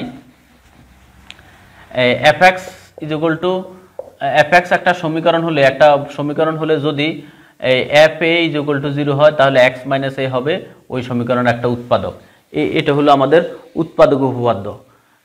F x is equal to 0 যদি একটা সমীকরণ, আমি কিন্তু একেবারে শর্টকাট বলতেছি, F x is equal to 0 যদি একটা সমীকরণ হয়, ওই সমীকরণে এক্স ইজ ইকুয়াল এফ এ বসালে যদি 0 হয়, তাহলে এক্স মাইনাস এ হবে তার একটি উৎপাদক। একইভাবে উল্টা করে যদি আমরা বলি ভাগশেষ উপপাদ্যের বিপরীত উপপাদ্য, আচ্ছা জিনিসটা আরেকটু ক্লিয়ার করি। F x is equal to 0 হলে x minus A F x এর জায়গায় যদি F A is equal to 0 হয়, তাহলে এক্স মাইনাস এ হবে ওই সমীকরণের একটি উৎপাদক। উল্টাভাবে যদি বিপরীত উৎপাদক উপপাদ্য, এক্স মাইনাস এ কোন সমীকরণের উৎপাদক হলে F A is equal to 0। এগুলার প্রমাণ তোমাকে চাইতে পারে, যদি বলে যে এগুলো প্রমাণ করে দাও, তুমি কি জানো দেখি, আমি যেটা তুমি বলছো সেটা তুমি একটা প্রমাণ করে দেখাও। ওই যে একটু আগে কিন্তু আমরা এটা প্রমাণ প্রায় করে ফেলছিলাম। যেমন এই x square minus 5x minus x ধরো প্লাস 6, এখানে x square 3x minus plus 2x plus, এখানে তো প্লাস, তাহলে এটা দিয়া প্লাস, এখানে 5 দাও, একটু আগে যেটা করছিলাম। এখানে সম্ভবত x প্লাস 3 আর x প্লাস 2 পাইলাম। এখন এই x প্লাস 3 যদি উৎপাদক হতে হয়, এখানে x প্লাস 3 যদি উৎপাদক হতে হয়, তাহলে এই f -3 বসাইলে শূন্য হতে হবে, x + 3 মানে এখানে আরেকটা কথা, এখানে ধরো প্লাস, এখানে হবে মাইনাস, এখানে মাইনাস হলে এখানে হবে প্লাস। তো আমরা এখানে f -3 বসাইলে কিন্তু এটা শূন্য হয়ে যাবে। এই হলো আমাদের উৎপাদক উপপাদ্য। এরপর আমাদের আরো কয়েকটা বিষয় আছে, যে আমাকে যদি বললো যে এই সমমাত্রিক কি, তারপর প্রতিসম কি, অর্থাৎ যেটা আমাদের বইয়ের, মানে আমি আবারও বলতেছি, যেটা এসএসসি উচ্চতর গণিত, এইচএসসি উচ্চতর গণিত, আবার আমার অনার্সের সিলেবাসের অন্তর্ভুক্ত, এই টাইপের জিনিসগুলো থেকে তো আমাদের টাস্ক করলে আমরা দোষের কিছু হবে না। তো এরপরে আসো প্রতিসাম্য। এরপর প্রতিসাম্য হলো, তোমরা আমি একেবারে শর্টকাট বলি, ধরো a b plus bc plus ca, তো 2 বা ততোধিক রাশি সম্মিলিত, ধরো এটাকে আমরা এ বি সি এইভাবে বলতে পারি। যে কোনো দুইটি সংখ্যা যদি স্থান বিনিময় করে, যে কোনো ধরো এটা স্থির আর বি আর সি স্থান বিনিময় করলো, এটা স্থির, বি জায়গায় আসলো সি, বি জায়গায় সি, সি বি জায়গায় সি, সির জায়গায় বি, সির জায়গায় বি, এটা স্থির। তাহলে এখানে আমরা আবারও দেখতেছি এ স্থির, বি এর জায়গায় সি, বি এর জায়গায় সি, সি এর জায়গায় বি, আবার সি এর জায়গায় বি, এ স্থির। তাহলে এখানে আমরা যদি এটাকে সাজাই লিখি a b plus bc plus c a, অর্থাৎ এই দেখো এটার এটা সমান আসছে, এই টাইপের রাশিকে বলা হয় আমার এই যে প্রতিসম রাশি বা সিমেট্রিক। অর্থাৎ কোনো রাশির দুই এর অধিক তো লাগবো, তোমার 2 এর অধিক রাশি, 2 এর অধিক পদ সম্মিলিত কোনো রাশির, 2 এর অধিক পদ সম্মিলিত কোনো রাশির একটা চলক স্থির রেখে যদি বাকি চলকগুলোর মধ্যে স্থান বিনিময় করা হয়, যদি তাদের মানের পরিবর্তন না হয়, সেটাকে বলা হয় প্রতিসম। আবার আরেকটা আছে হলো সমমাত্রিক। যদি যেমন সমমাত্রিক হলো, এখানে ধরো আমার এই পদের পাওয়ার যোগফল হলো 2, এখানে 2, এখানে 2, প্রত্যেক ক্ষেত্রে যদি কোনো রাশির প্রত্যেকটা পদের পাওয়ারের যোগফলটা, যেমন ধরো x³ plus x² plus y³ এখানে 3, এখানেও মোট 3, এখানে 1 আছে 3, এগুলাকে বলা হয় সমমাত্রিক বহুপদী, সমমাত্রিক বহুপদী। এরপর আসছে চক্রক্রমিক হলো, মানে এগুলো এই সাবটার রিলেটেড আলোচনা। চক্রক্রমিক হলো এই ধরো এক্স ওয়াই জেড, যেমন এই টাইপের একটা উদাহরণ যদি আমরা দিই, ধরো x y z, x² plus y² plus z², ধরো এক্স এর স্থলে ওয়াই বসলো, ওয়াই স্থলে জেড, জেড স্থলে এক্স, এক্স এর স্থলে ওয়াই, ওয়াই স্থলে জেড, জেড স্থলে এক্স, তাতে ওর মূল রাশির মানের যদি পরিবর্তন না হয়, তাহলে সেটা হলো তোমার চক্রক্রমিক রাশি। মোটামুটি এই জিনিসগুলো আমাদের ধারণা রাখতে হবে। এরপরে আমাকে ক্লাসকে চালিয়ে যাব, তোমাদের মতামত কি? ক্লাস কি চালিয়ে যাব? ক্লাস অলরেডি 1 ঘন্টা 15 মিনিট হয়েছে, চালিয়ে যাইতে বললে চালিয়ে যাব, না হয় থামাবো। তোমরা যখনই বলবো আমি স্টপ করে দিব। এরপরে আমাদের ডিকার্টের চিহ্ন নিয়মের যে সূত্রটা আছে সেটা আমরা বই থেকে একটু জেনে নিব, যে এই সংক্রান্ত আমাদের কোনো কিছু যদি এখানে থাকে আমরা একটু রিডিং পড়ে রাখবো, যাতে আমাদের প্রশ্ন করলে আমরা উত্তর দিতে পারি। মুতাসিন বিন কবির, ওয়ালাইকুম সালাম। আচ্ছা, অনেকে বলছে চালিয়ে যান, ঠিক আছে চালাচ্ছি, তোমরা আবার হারিয়ে যাও না আমাকে রেখে। এরপরে আমাদের কয়েকটা প্রশ্ন করছিল, আসলে এগুলো উপরে চলে গেছে, এখন তো ভুলে গেছি কি প্রশ্ন করেছিল। এরপরে আমাদের এখানে ধারার যোগফল নিয়ে আমি সংক্ষেপে আলোচনা টানতেছি। ধারার যোগফল, আচ্ছা আমাদের দেখি আপনারা ক্লাসটি আসলে কি সবাই শেয়ার করে দিয়েছেন? দেখি কয়জনে করছে না, দেখি আমার শুভাকাঙ্ক্ষী এখানে কয়জন আছে। 49 জন পেয়েছি, তারা ক্লাসটি শেয়ার করেছে, ধন্যবাদ তাদেরকে।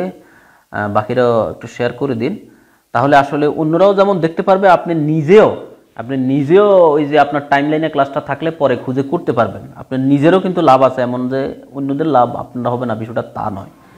অনেকে আছে পরেও ক্লাসগুলো করতে চাইবে, তখন খুঁজে পাবে না, কিন্তু টাইমলাইনে শেয়ার করে রাখলে পরে খুঁজে পাবে। আচ্ছা, ধারার যোগফলের মধ্যে আসলে কিন্তু আমরা এই যে ধারার যোগফলের যে বড় বড় অঙ্কগুলা সলভ করেছি, সেখানে কিন্তু আমরা ওই যে আমাদের এসএসসি লেভেলের, সম্ভবত এসএসসি জেনারেল ম্যাথ, হায়ার ম্যাথের যে সূত্রগুলা আমাদের যে সমান্তর দ্বারা, গুণোত্তর দ্বারা, তারপর আমাদের বিশেষ কয়েকটি সিরিজ, সেগুলো কিন্তু আমরা অ্যাভয়েড করে আমরা কিন্তু অঙ্ক কিন্তু করতে পারি নাই। যেমন আমাদের প্রথম কথা হলো সমান্তর দ্বারা কাকে বলে, সমান্তর দ্বারার n তম পদের সূত্র, আমার মনে হয় এগুলো সবাই পারে। এরপরে সমষ্টির সূত্র, এরপরে আমাদের আছে হলো যে 3টি বিশেষ সূত্র। এই যে 3টি বিশেষ, এই জিনিসগুলো কিন্তু একটু নখদর্পণে থাকতে হবে। এই ধারার মধ্যে আসলে সমান্তর দ্বারা কাকে বলে, কোনো ধারার যে কোনো পদ থেকে আগের পদ বিয়োগ করলে প্রত্যেক ক্ষেত্রে যদি অন্তর সমান থাকে সেটাকে বলা হয় সমান্তর দ্বারা, আমরা জানি। আর যদি ভাগ করলে ভাগফল সমান থাকে সেটা হলো গুণোত্তর দ্বারা। এটা হলো আমাদের সবাই জানা জিনিস। এখন কথা হলো সমান্তর দ্বারার, আমি তো জানি সবাই পারো, যেহেতু আমরা বড় বড় অঙ্ক করে এসেছি, সমান্তর দ্বারা n তম পদ a plus n-1 into D, এটা আমরা সবাই জানি। আর অন্তর এটা হলো n তম পদ, তারপর একটু ধারণা n তম পদ, তারপরে সমষ্টি ছিল এরকম n/2 into 2a plus n-1 into D, এই ছিল আমাদের সমষ্টির সূত্র। এটা হলো সমান্তরের। আর গুণোত্তরের ক্ষেত্রে আমরা পড়েছিলাম হলো a r⁴n-1, এটা হলো আমার n তম পদ। আর সমষ্টির সূত্র আবার আর এর মান একের থেকে বড় হইলে একটা, ছোট হইলে আবার আরেকটা। বড় হইলে আমরা পড়ছিলাম a into r⁴n-1 divide by r-1, আবার ছোট হইলে পড়ছিলাম a into 1 - r⁴n divide by 1 - r। এরপরে আবার গুণোত্তর দ্বারার মধ্যে একটা আছে অসীমতক সমষ্টির সূত্র a/1 - r। এখন যাই হয়েছে, আপনার এই সূত্রটা দিয়ে বললো যে কোন শর্তে এটা অসীমতক সমষ্টির, শর্তটা হলো r এর মান লেস ইকুয়াল 1। r এর মান r এর ফরম মানে এত, এখানে ইকুয়াল আছে কিনা আমার সঠিক এই মুহূর্তে মনে নাই, তো মডুলাস r এর মান এত, এই শর্তে। এখন কথা হলো আমার যে বিশেষ, আমাকে বললো যে বাস্তব সংখ্যার প্রথম n সংখ্যক বাস্তব সংখ্যার সমষ্টির সূত্রটা আমাকে জিজ্ঞেস করলো। এগুলো কিন্তু জিজ্ঞেস করতেই পারে, তা না হলে এত কমন জিনিস জিজ্ঞেস না করলে আর কি জিজ্ঞেস করবে।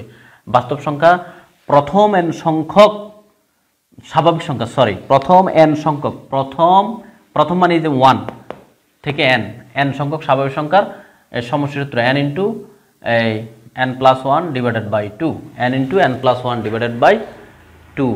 এরপরে আমাদের এটা হলো প্রথম n সংখ্যক স্বাভাবিক সংখ্যার সমষ্টির সূত্র। এরপরে প্রথম n সংখ্যক স্বাভাবিক সংখ্যার বর্গের সমষ্টি, প্রথম n সংখ্যক স্বাভাবিক সংখ্যার বর্গের সমষ্টির সূত্র, এটা হলো n into n+1 into 2n+1 divided by 6।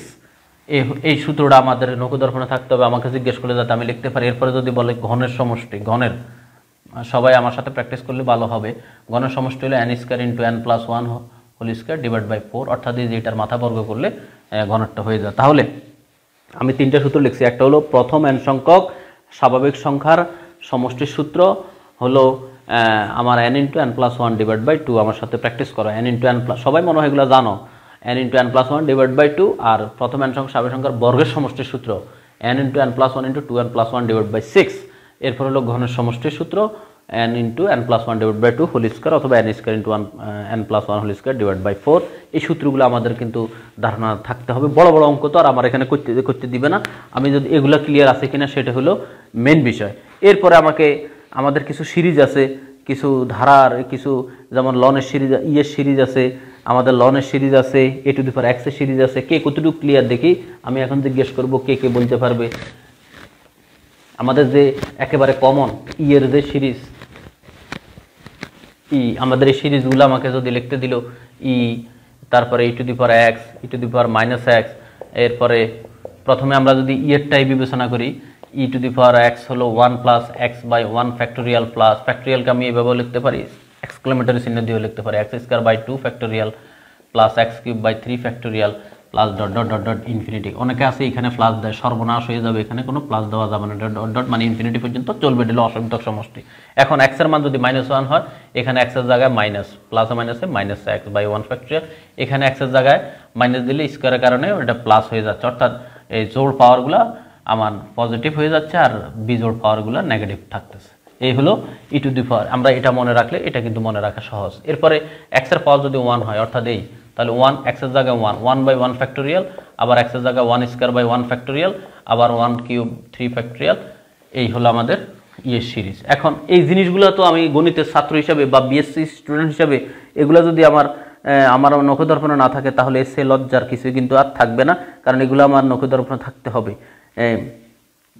এগুলো নখদর্পণে থাকলে মানে আমার যে আমাকে যদি জিজ্ঞেস করে তাহলে ওনারা কিন্তু অনেক খুশি হবে, আর না হলে কিন্তু বলবে বোঝা গেছে তুমি বই থেকে অনেক দূরে চলে গেছো, তুমি হারিয়ে গেছো। এখন এরপর আমাদের লনের যে সিরিজগুলো আছে, লনের সিরিজ আছে, এ টু দি পাওয়ার এক্স এর আছে।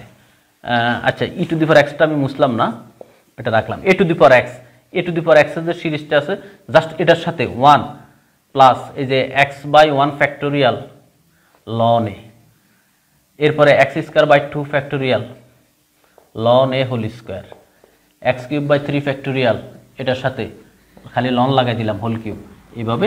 তাহলে এটা পারলে আমি কিন্তু এখানে 3টা, এখানে আবার e to the power x এরটা পারলাম, আবার e to the power minus x, তাহলে এক্স এখানে কিন্তু মাইনাস এক্স বাই 1 অর্থাৎ এখানে একটা প্লাস একটা মাইনাস, একটা প্লাস একটা মাইনাস, তাহলে এটা হলো e to the power minus x. এখন আবার আছে আমাদের লন 1 প্লাস এক্স এর সিরিজ, লন 1 মাইনাস এক্স এর সিরিজ। এখানে লনের এটাতে আবার কোনো আমাদের কোনো ফ্যাক্টোরিয়াল নাই, এটা হলো x minus x square by 2 minus plus x cube by 3 minus x to the power 4 by 4। এখানে মাইনাস দিয়ে অনেক সময় শুরু হয়, মাইনাস দিয়ে শুরু হলে এটা প্লাস, আবার প্লাস দিয়ে শুরু হলে মাইনাস। এখানে প্লাসেরটা একটা প্লাস একটা মাইনাস, আর মাইনাসেরটা সব মাইনাস। এই জিনিসগুলো আমাদের একটু প্র্যাকটিসে রাখতে হবে, আমাদের টাচে রাখতে হবে। এগুলো কিন্তু সবই অসীম সিরিজ, সবগুলোই কিন্তু ইনফিনিটি পর্যন্ত আমাদের বিরাজমান থাকবে। তাহলে এই সিরিজগুলো আমরা একটু ক্লিয়ার থাকবো। তারপর আমাদের আরও আছে ওই যে 1 plus x whole to the power n, এরপর ওই যে বাইনোমাল থিওরি, দ্বিপদী উপপাদ্য আছে না, বাইনোমাল থিওরিটা আমাদের এই যে a plus x whole to the power n, এখান থেকে যে সূত্র আসছে 1 plus x whole to the power 1 plus x whole to the power -1, আর একটা হলো 1 minus x whole to the power -1। এই আরও দুইটা সিরিজ আছে, সেগুলো আমাদের নখদর্পণে রাখতে হবে। এখানে যে প্লাসেরটা হলো 1 minus x plus x square minus x cube, এভাবে যে চলে, আর মাইনাসেরটা হলো সব প্লাস। এই সিরিজটা আমরা এইগুলো একটু মনে রাখবো। তাহলে আমাদের ধারা থেকে এই জিনিসগুলা আমাদের এখানে বড় কোনো অঙ্ক করতে দিবে না, কারণ এখানে বাইবা তো বাইবাই, আমাকে মৌখিক বা সামান্য কাগজের ব্যবহার যাতে দিলে আমরা অ্যান্সারটা দিতে পারি সেই দিকটা আমাদের বিবেচনা করা হয়। এরপর আমাদের ত্রিকোণমিতিতে দুইটা বিখ্যাত সূত্র আছে, সেই দুইটা সূত্র আমরা একটু নখদর্পণে রাখবো। যেমন আমাদের ওই যে সাইনের একটা সূত্র আছে, কসের একটা সূত্র আছে, সাইনের একটা সূত্র আছে, কসের একটা সূত্র আছে, সেই দুইটা সূত্র আমরা একটু আমাদের ধারণাতে রাখবো। সাইনের সূত্র, কসের সূত্র কি কি দেখি কার কার মনে পড়ে একটু। আমি সিরিজটা এক সাইড লিখতেছি, আর এক সাইড খাতায় লিখে আমার কমেন্ট বক্সে ছবি উঠে পাঠাই দাও, বাস। কমেন্ট করতে তো সব জিনিস তার কমেন্টে লেখা যায় না, খাতায় লিখে মুখস্থ, কেউ দেখে লিখবে না কিন্তু মুখস্থ লিখবা। এই যে সাইন খাতায় লিখবে, লিখে ছবি উঠে কমেন্ট বক্সে দাও। সাইন আলফা প্লাস, মানে মনের তোমার ইচ্ছা থাকলে কিন্তু অনেকভাবে তুমি অনলাইনে আমার সাথে রেসপন্স করতে পারো। Sine alpha plus 2 beta plus dot dot n পর্যন্ত, এন পদ পর্যন্ত, এখানে কোনো মাইনাস প্লাস দিই নাই কিন্তু। এই সূত্রটা কি, আরেকটা হলো কসের, cos alpha plus beta plus cos alpha plus 2 beta plus dot dot n পদ পর্যন্ত। এই এন পদ পর্যন্ত, এই দুইটা বিখ্যাত সূত্র যেটা দিয়ে আমরা ত্রিকোণমিতির প্রায় অঙ্ক করে ফেলতে পারি। এরপরে এটা দিয়ে আমাদের ইম্পর্টেন্ট অঙ্ক আমরা শিখেছি। তাহলে আমরা এই সূত্র দুইটা দেখি কে কে মুখস্থ এই মুহূর্তে মুখস্থ কার কার আছে, কারণ এটা দিয়ে কিন্তু আমরা ত্রিকোণমিতির অনেক বিখ্যাত অঙ্ক করেছি। দেখি কার কার একটা ডাইরেক্ট মুখস্থ আছে, আমাকে করে কমেন্ট বক্সে জমা দাও, এরপরে আমার ব্যাখ্যাটা আমি দিব। এখানে আমাদের উপস্থিতির সংখ্যা মনে হয় কিছু কমে গেছে, অনেকে অধৈর্য হয়ে গেছে, অনেকে হারিয়ে গেছে, এটাই স্বাভাবিক। লং টাইম ক্লাস দিলে সবার পক্ষে ফুল টাইম উপস্থিত থাকা কঠিন। আসলে আমি বলেছি আজকে আমি সময় নিয়ে এসেছি, কারণ আজকে আমার কোনো পরীক্ষা বেস নাই, আর আমার মূল বেসের ক্লাস শনি সম্বুধ, অর্থাৎ আজকে বৃহস্পতিবারটা আমি এই জন্য বেছে নিয়েছি যাতে ক্লাসটা টানা যায়। তাহলে এখানে আমাদের যে সূত্রটা, আমরা এখানে যে প্রত্যেক পদের অন্তর, এই যে এখানে ধরো আমি আলফার সাথে একটা 0 বিবেচনা করতে পারি, বিটা মাইনাস 0 অর্থাৎ বিটা, এখানে আমি 2 বিটা মাইনাস বিটা অর্থাৎ বিটা, অন্তর হলো বিটা। তাহলে সূত্রটা হলো এখানে সাইন আছে না, এখানে সাইন এনতম পদ বললে এন, ওই যে কোণের অন্তর বিটা বাই 2, এখানে হলো এটা। আর এখানেও কিন্তু এই যে কসের সূত্র, সবচেয়ে বড় ডেঞ্জারাস বিষয় হলো এই সাইনের সূত্র সাইন, কসের সূত্র সাইন। এটাই কিন্তু দ্বিধাদ্বন্দ্ব সৃষ্টি করে ফেলে। এখানে গিয়ে পরিবর্তন, এখানে গেলে আমার সাইন, এখানে আসলে কস, এই জায়গাটাই শুধু পরিবর্তন। সাইন এখানে alpha plus n minus one into কোণের অন্তর বাই টু, এখানে alpha plus n minus one into কোণের অন্তর বাই টু। এভাবে তুমি বুঝে শুনে একটু শিখো, এখানে আমাদের ইন্টু আকারে আছে আর কি। তাহলে এইভাবে আমরা মনে রাখবো। তাহলে এই ম্যাথের ভাষাটা মনে রাখা মনে হয় সহজ। তারপর বাংলাতে যদি বলি সাইন n হলো কোণের অন্তর বাই টু ইন্টু সাইন ওই যে প্রথম পদের কোণ প্লাস n মাইনাস ওয়ান কোণের অন্তর বাই টু। আর তাহলে দুইটা সূত্র দেখো, এই জায়গাটা কিন্তু এক, খেয়াল করেছ, এই জায়গাটা হলো এক, আর এখানে ভিতরেও এক, এখানে জাস্ট এখানে কস এখানে সাইন। এভাবে চোখ কান খোলা রেখে কিন্তু তুমি যদি প্র্যাকটিস করো, ভুলে গেলেও অনেক সময় মনে চলে আসবে, ভুল থেকেও ভুলে গেলে আবার ফিরে মেমোরিতে ফেরত আসবে। দেখবে যে ভুল হলেও আবার নিজে নিজে আবার মনে করে নিয়ে আসতে পারবা জিনিসগুলা, ঠিক আছে? হয়েছে। অনেকে আমি লাইভে আছি, এরা ইনবক্সে এসে আমাকে প্রশ্ন করতেছে, নেক্সট দাপের ভাইবা লিস্ট দিছে, আমাকে ইনবক্সে জিজ্ঞেস করতেছে। আহারে, হোয়াটসঅ্যাপে এসে আমাকে অনেকে প্রশ্ন করতেছে, কমেন্ট করতেছে, কত মানে তাদেরকে আমি কি বলবো? হোয়াটসঅ্যাপে এসে আমাকে ওই যে আমি যে সূত্র দিয়েছি সেটা ছবি পাঠাইতেছে, আবার বিভিন্ন কোশ্চেন করতেছে। এটা কোনো কথা হলো? তাদেরকে কি বলবেন? আমি কিচ্ছু বললাম না। আচ্ছা, মোটামুটি ধারা থেকেও আমাদের আলোচনা শেষ। এবার আমরা আলোচনা শেষ মানে যতটুকু সম্ভাব্য জিজ্ঞেস করতে পারে, আলোচনা তো আসলে শেষ নাই, যতটুকু আমাদের সম্ভাব্য জিজ্ঞেস করতে পারে সেদিকে ফোকাস করেছি। এবার আসা আমাদের ম্যাট্রিক্স নির্ণায়ক নিয়ে আমরা কিছু কথা বলি। প্রথমেই একজনে বলছে যে ম্যাট্রিক্স নির্ণায়কের মধ্যে পার্থক্য, আর একজনে বললো ম্যাট্রিক্সের মান নির্ণয় করা যায় না কেন, এরকম একটা কমেন্ট সম্ভবত পেয়েছিলাম প্রথম দিকে। আমি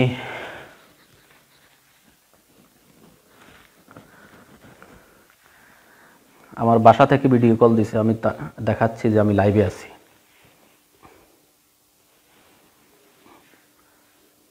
এই যে আমি লাইভ ক্লাসে আছি, লাইভটা শেষ করে আসবো, কেমন? আমি লাইভ ক্লাসে তোমার ফোন রিসিভ করছি। কয়টা বাজে আসবো দেখি, 10:30 মেনটেন করতে পারি কিনা। আচ্ছা, ম্যাট্রিক্স নির্ণায়ক নিয়ে আমরা লিনিয়ার অলজেব্রা থেকে কিছু আলোচনা করার চেষ্টা করি। সেটা হলো, প্রথমত আমাকে যদি ম্যাট্রিক্সের ডেফিনেশনটা জানতে চাই, ডেফিনেশন কিন্তু বিভিন্ন জনে বিভিন্নভাবে উপস্থাপন করতে পারে, তার মধ্যে কারোটা কারো পছন্দ হইতে পারে, পছন্দ নাও হইতে পারে। যেমন ম্যাট্রিক্সের ডেফিনেশনে এরকম বলা আছে যে কতগুলো চিত্র, সংখ্যা বা উপাত্ত বা ডাটা যদি আমরা সারি এবং কলাম আকারে, আয়াতাকারে অথবা বর্গাকারে সাজাই। আচ্ছা, শুধু আয়তাকার বললেও হবে, কারণ আয়তক্ষেত্র কিন্তু আবার বর্গক্ষেত্রের ডেফিনেশনে ঢুকে যায় এখানে। তাহলে আমরা যদি আয়তাকার বিন্যাসে সাজাই তাহলে সেই বিন্যাসটাই হলো ম্যাট্রিক্স। তাহলে সারি এবং কলাম আকারে যদি আমরা উপস্থাপন করি আয়তাকার বিন্যাসে বা বর্গাকার বিন্যাসে, আয়তাকার বললে বেশি সঠিক হয়, কারণ আয়তকে আমি বর্গে নিতে পারি, নাকি উল্টা বলে ফেলছি। এখন আমাকে ম্যাট্রিক্সের সারি কোনটা কলাম কোনটা সেগুলো তো আমরা বুঝি। অনুরাশি সহগুণক আমাকে বললো যে অনুরাশি এবং সহগুণকের মধ্যে তফাৎ কি? অনুরাশি এবং সহগুণকের মধ্যে তফাৎ হলো কিসে? অনুরাশি এবং সহগুণকের তফাৎ হলো চিহ্নে। যেমন অনুরাশির আগে যদি যথাযথ আমরা জানি যে চিহ্ন বসাই, আমাকে 3 2 4 5 এই ধরো একটা ম্যাট্রিক্স, 3 বরাবর বা 2 একটা দেখায়, 2 বরাবর সারিবাদ কলামবাদ, 2 বরাবর সারিবাদ কলামবাদ দিলে আমার যেটা আসবে, ধরো এই 4 হলো আমার অনুরাশি। এখন এর আগে যদি আমি যথাযথ চিহ্ন বসাই প্লাস মাইনাস, এটা হলো আমার সহগুণক। তাহলে অনুরাশি 4, সহগুণক হলো এখানে -4। আমি আবার বলতেছি 2 এর, এগুলা অবশ্যই সবাই জানো তোমরা, অনুরাশি, আর আরেকটা হলো 2 এর সহগুণক।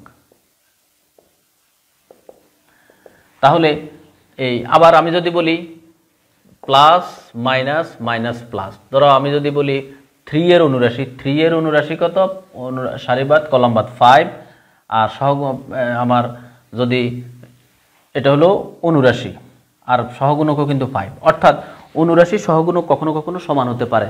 তাহলে মূল কথা হলো অনুরাশি আর সহগুণকের মধ্যে, অনুরাশি কি, অনুরাশি হলো কোনো ম্যাট্রিক্সের বা নির্ণয়কেরও কিন্তু হইতে পারে কোনো উপাদানের সারি এবং কলাম বাদ দিলে যে বাকি উপাদান থাকে সেটা হলো তার অনুরাশি। যদি উপাদান একের অধিক হয় তাহলে সেটাকে আবার একটা মিনি নির্ণয়ক পাওয়া যাবে, সেটা হলো তার অনুরাশি। এখন আর যদি একটা হয় তাহলে তো সে সরাসরি অনুরাশি। এখন ওই অনুরাশির সাথে যথাযথ চিহ্ন বসালে যেটা পাই সেটা হলো সহগুণক। আর নির্ণায়কটা কি, তাহলে নির্ণায়ক হলো সব সময় সারি কলাম সমান হয়, অর্থাৎ ওই কতগুলো সংখ্যা বা উপাত্তকে যদি আমরা অবশ্যই বর্গাকার সারি এবং কলাম আকারে বর্গাকারে সাজাই, অবশ্যই বর্গাকারে সাজাই। আচ্ছা, ম্যাট্রিক্স আর নির্ণায়ক এগুলোর আবার মাত্রা, সারি আর কলামের অবস্থাটা মাত্রা, সেগুলো হয়তো সবাই জানে, অর্ডার বা মাত্রা।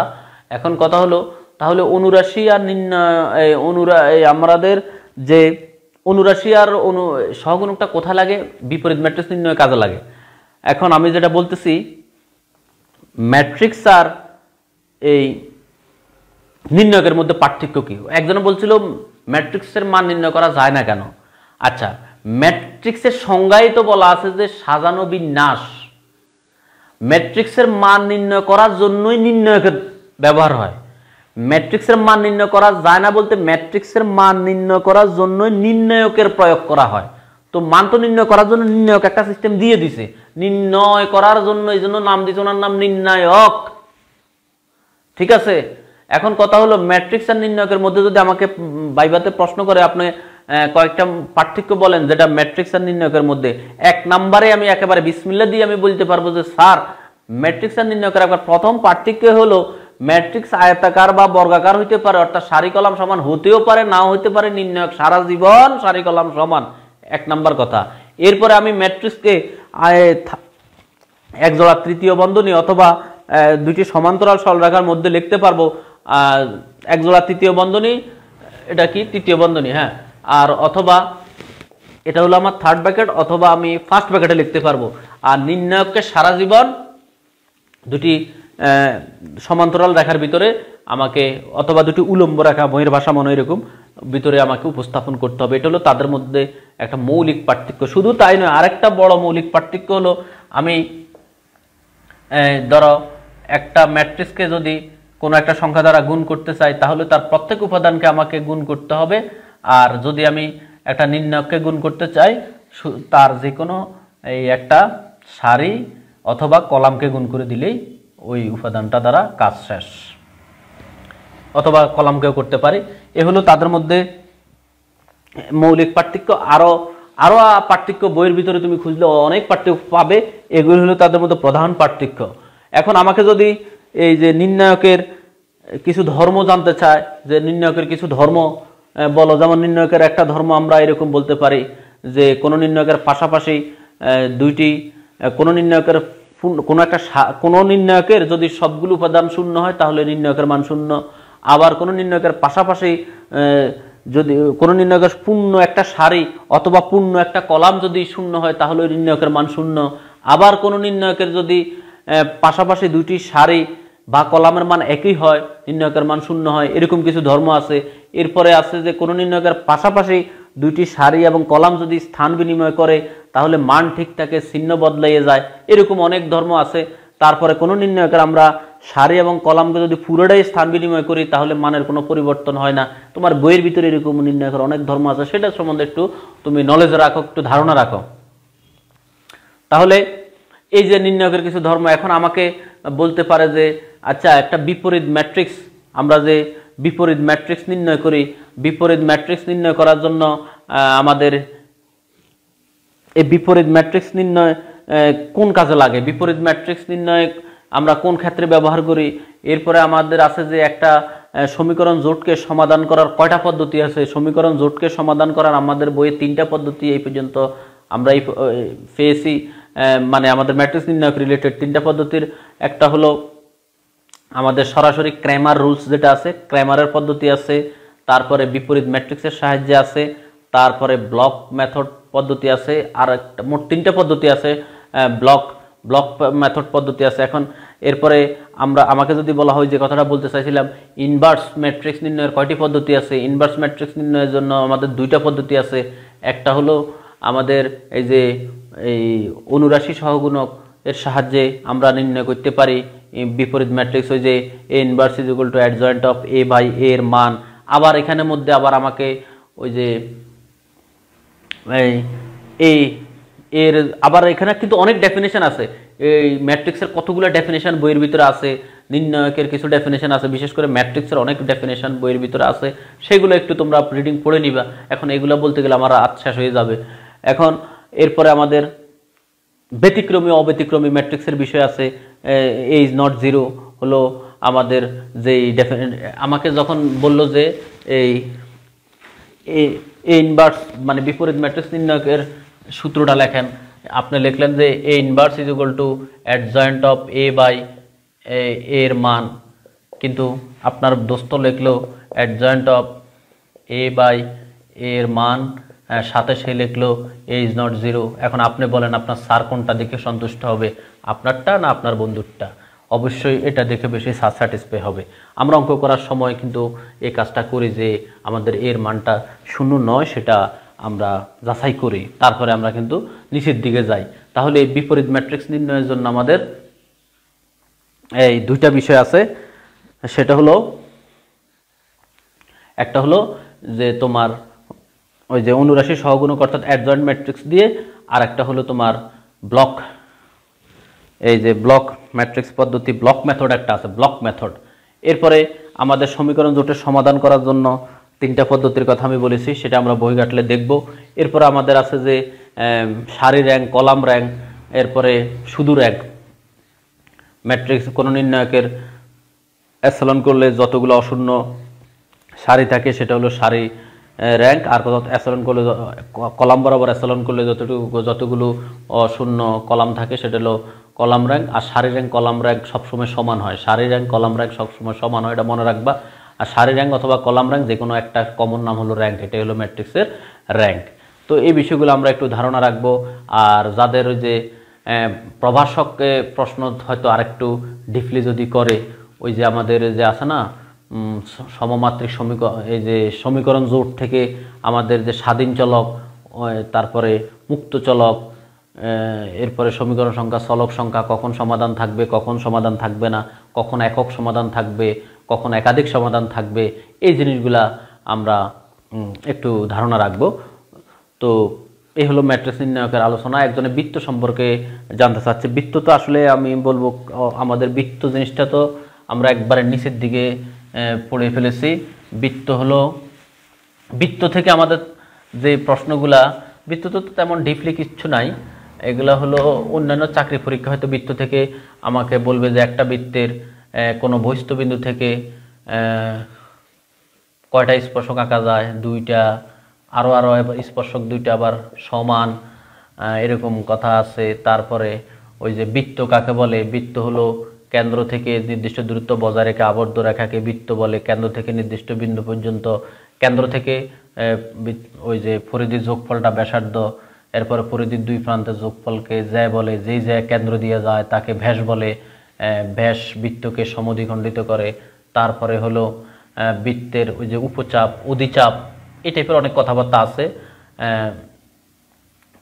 উপচাপ এই টাইপের, এই জিনিসগুলো আমরা একটু দেখব। তারপরে বৃত্তের ক্ষেত্রফল πr², এরপরে বৃত্তের পরিধি 2πr, এগুলো তো সম্ভবত সবাই জানো তোমরা, এখানে তো ওই যে টিউশনি করতে করতে এই জিনিসগুলো ক্লিয়ার হয়ে যায়। বৃত্ততে আর গভীর কি আছে,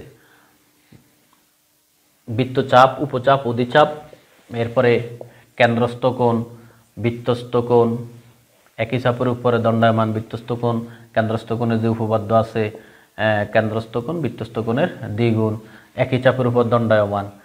এই তো এই হলো আমার কেন্দ্র। তারপরে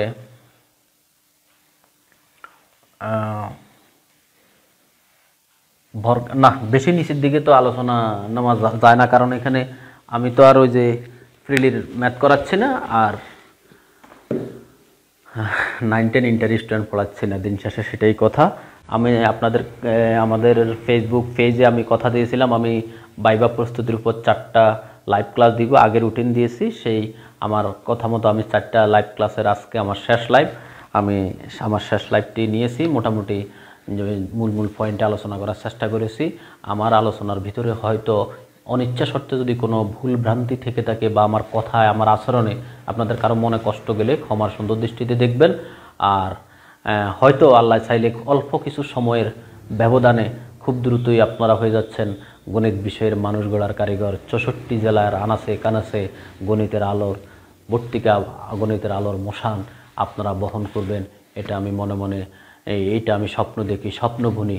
যদি কোনো ইনকেস কোনো অন্য বিষয় আপনাদের মধ্যে এমন অনেকে আছে অন্য জব হয়ে যাবে, তখন সে অন্য জবে চলে যাবে, সেটা হলো ভিন্ন কথা। কিন্তু মেজরিটি পার্সেন্ট তো শিক্ষক, অনেকে এখানে অনেকে অলরেডি শিক্ষক আছেই, জাস্ট একটু তার ক্যাটাগরিটা পরিবর্তন হবে আর কি। এরকম অনেকে আছে অ্যাসিস্ট্যান্ট টিচার হিসেবে তারা লেকচারার হবে, আবার নন এমপিও প্রতিষ্ঠানে লেকচারার আছে, এমপিও প্রতিষ্ঠানে অ্যাসিস্ট্যান্ট টিচার হবে, বা নন এমপিও পোস্টে অ্যাসিস্ট্যান্ট টিচার আছে, এখন এমপিও হবে। এই যাই হোক, এখন কথা হলো আমি যে 4টা লেকচার দিয়েছি আপনাদের সাথে, 4টা লাইভ নিয়েছি, আমি কমেন্টে একটু জানতে চাইব 4টা লাইভের মধ্যে আপনারা এই আমি রেটিং পয়েন্ট যদি আপনার একটু নিতে চাই, আমি আপনাদের থেকে কমেন্ট বক্সে মতামত নিব। আপনারা এইভাবে রিপ্লাই দিবেন: লাইভ 1, লাইভ 2, লাইভ 3, লাইভ 4। আমি যদি বলি প্রত্যেকটাতে আমি যদি 20 মার্ক ধরি, বন্টন করি 20 মার্ক, আপনার দৃষ্টিতে কোন লাইভে আমি কত মার্ক পেতে পারি অবশ্যই কমেন্ট করে যাবেন। যারা 4টা লাইভ করেছেন অথবা যে যতটা লাইভ করেছেন, প্রত্যেকটা লাইভে যদি আমি 20 মার্ক ধরি, স্যারের মার্ক আর কি, তাহলে কোন লাইভে আমাকে কত নাম্বার দিয়ে যাবেন সেটা কমেন্ট করে জানিয়ে যাবেন।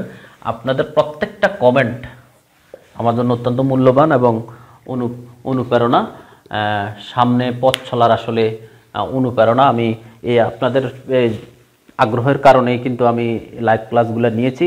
যাই হোক, আপনাদের আরও কোনো কথা থাকলে অবশ্যই কমেন্ট করবেন। আমি কমেন্ট করলে আমি এখন না পারলে পরেও কিন্তু আমি অনেকের রিপ্লাই দিই, চেষ্টা করি বা কথাগুলো আমলে নেওয়ার চেষ্টা করি।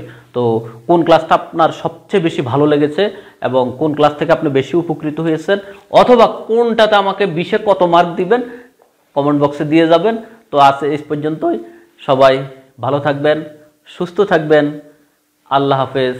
আসসালামু আলাইকুম রাহমাতুল্লাহি ওয়া বারাকাতুহু।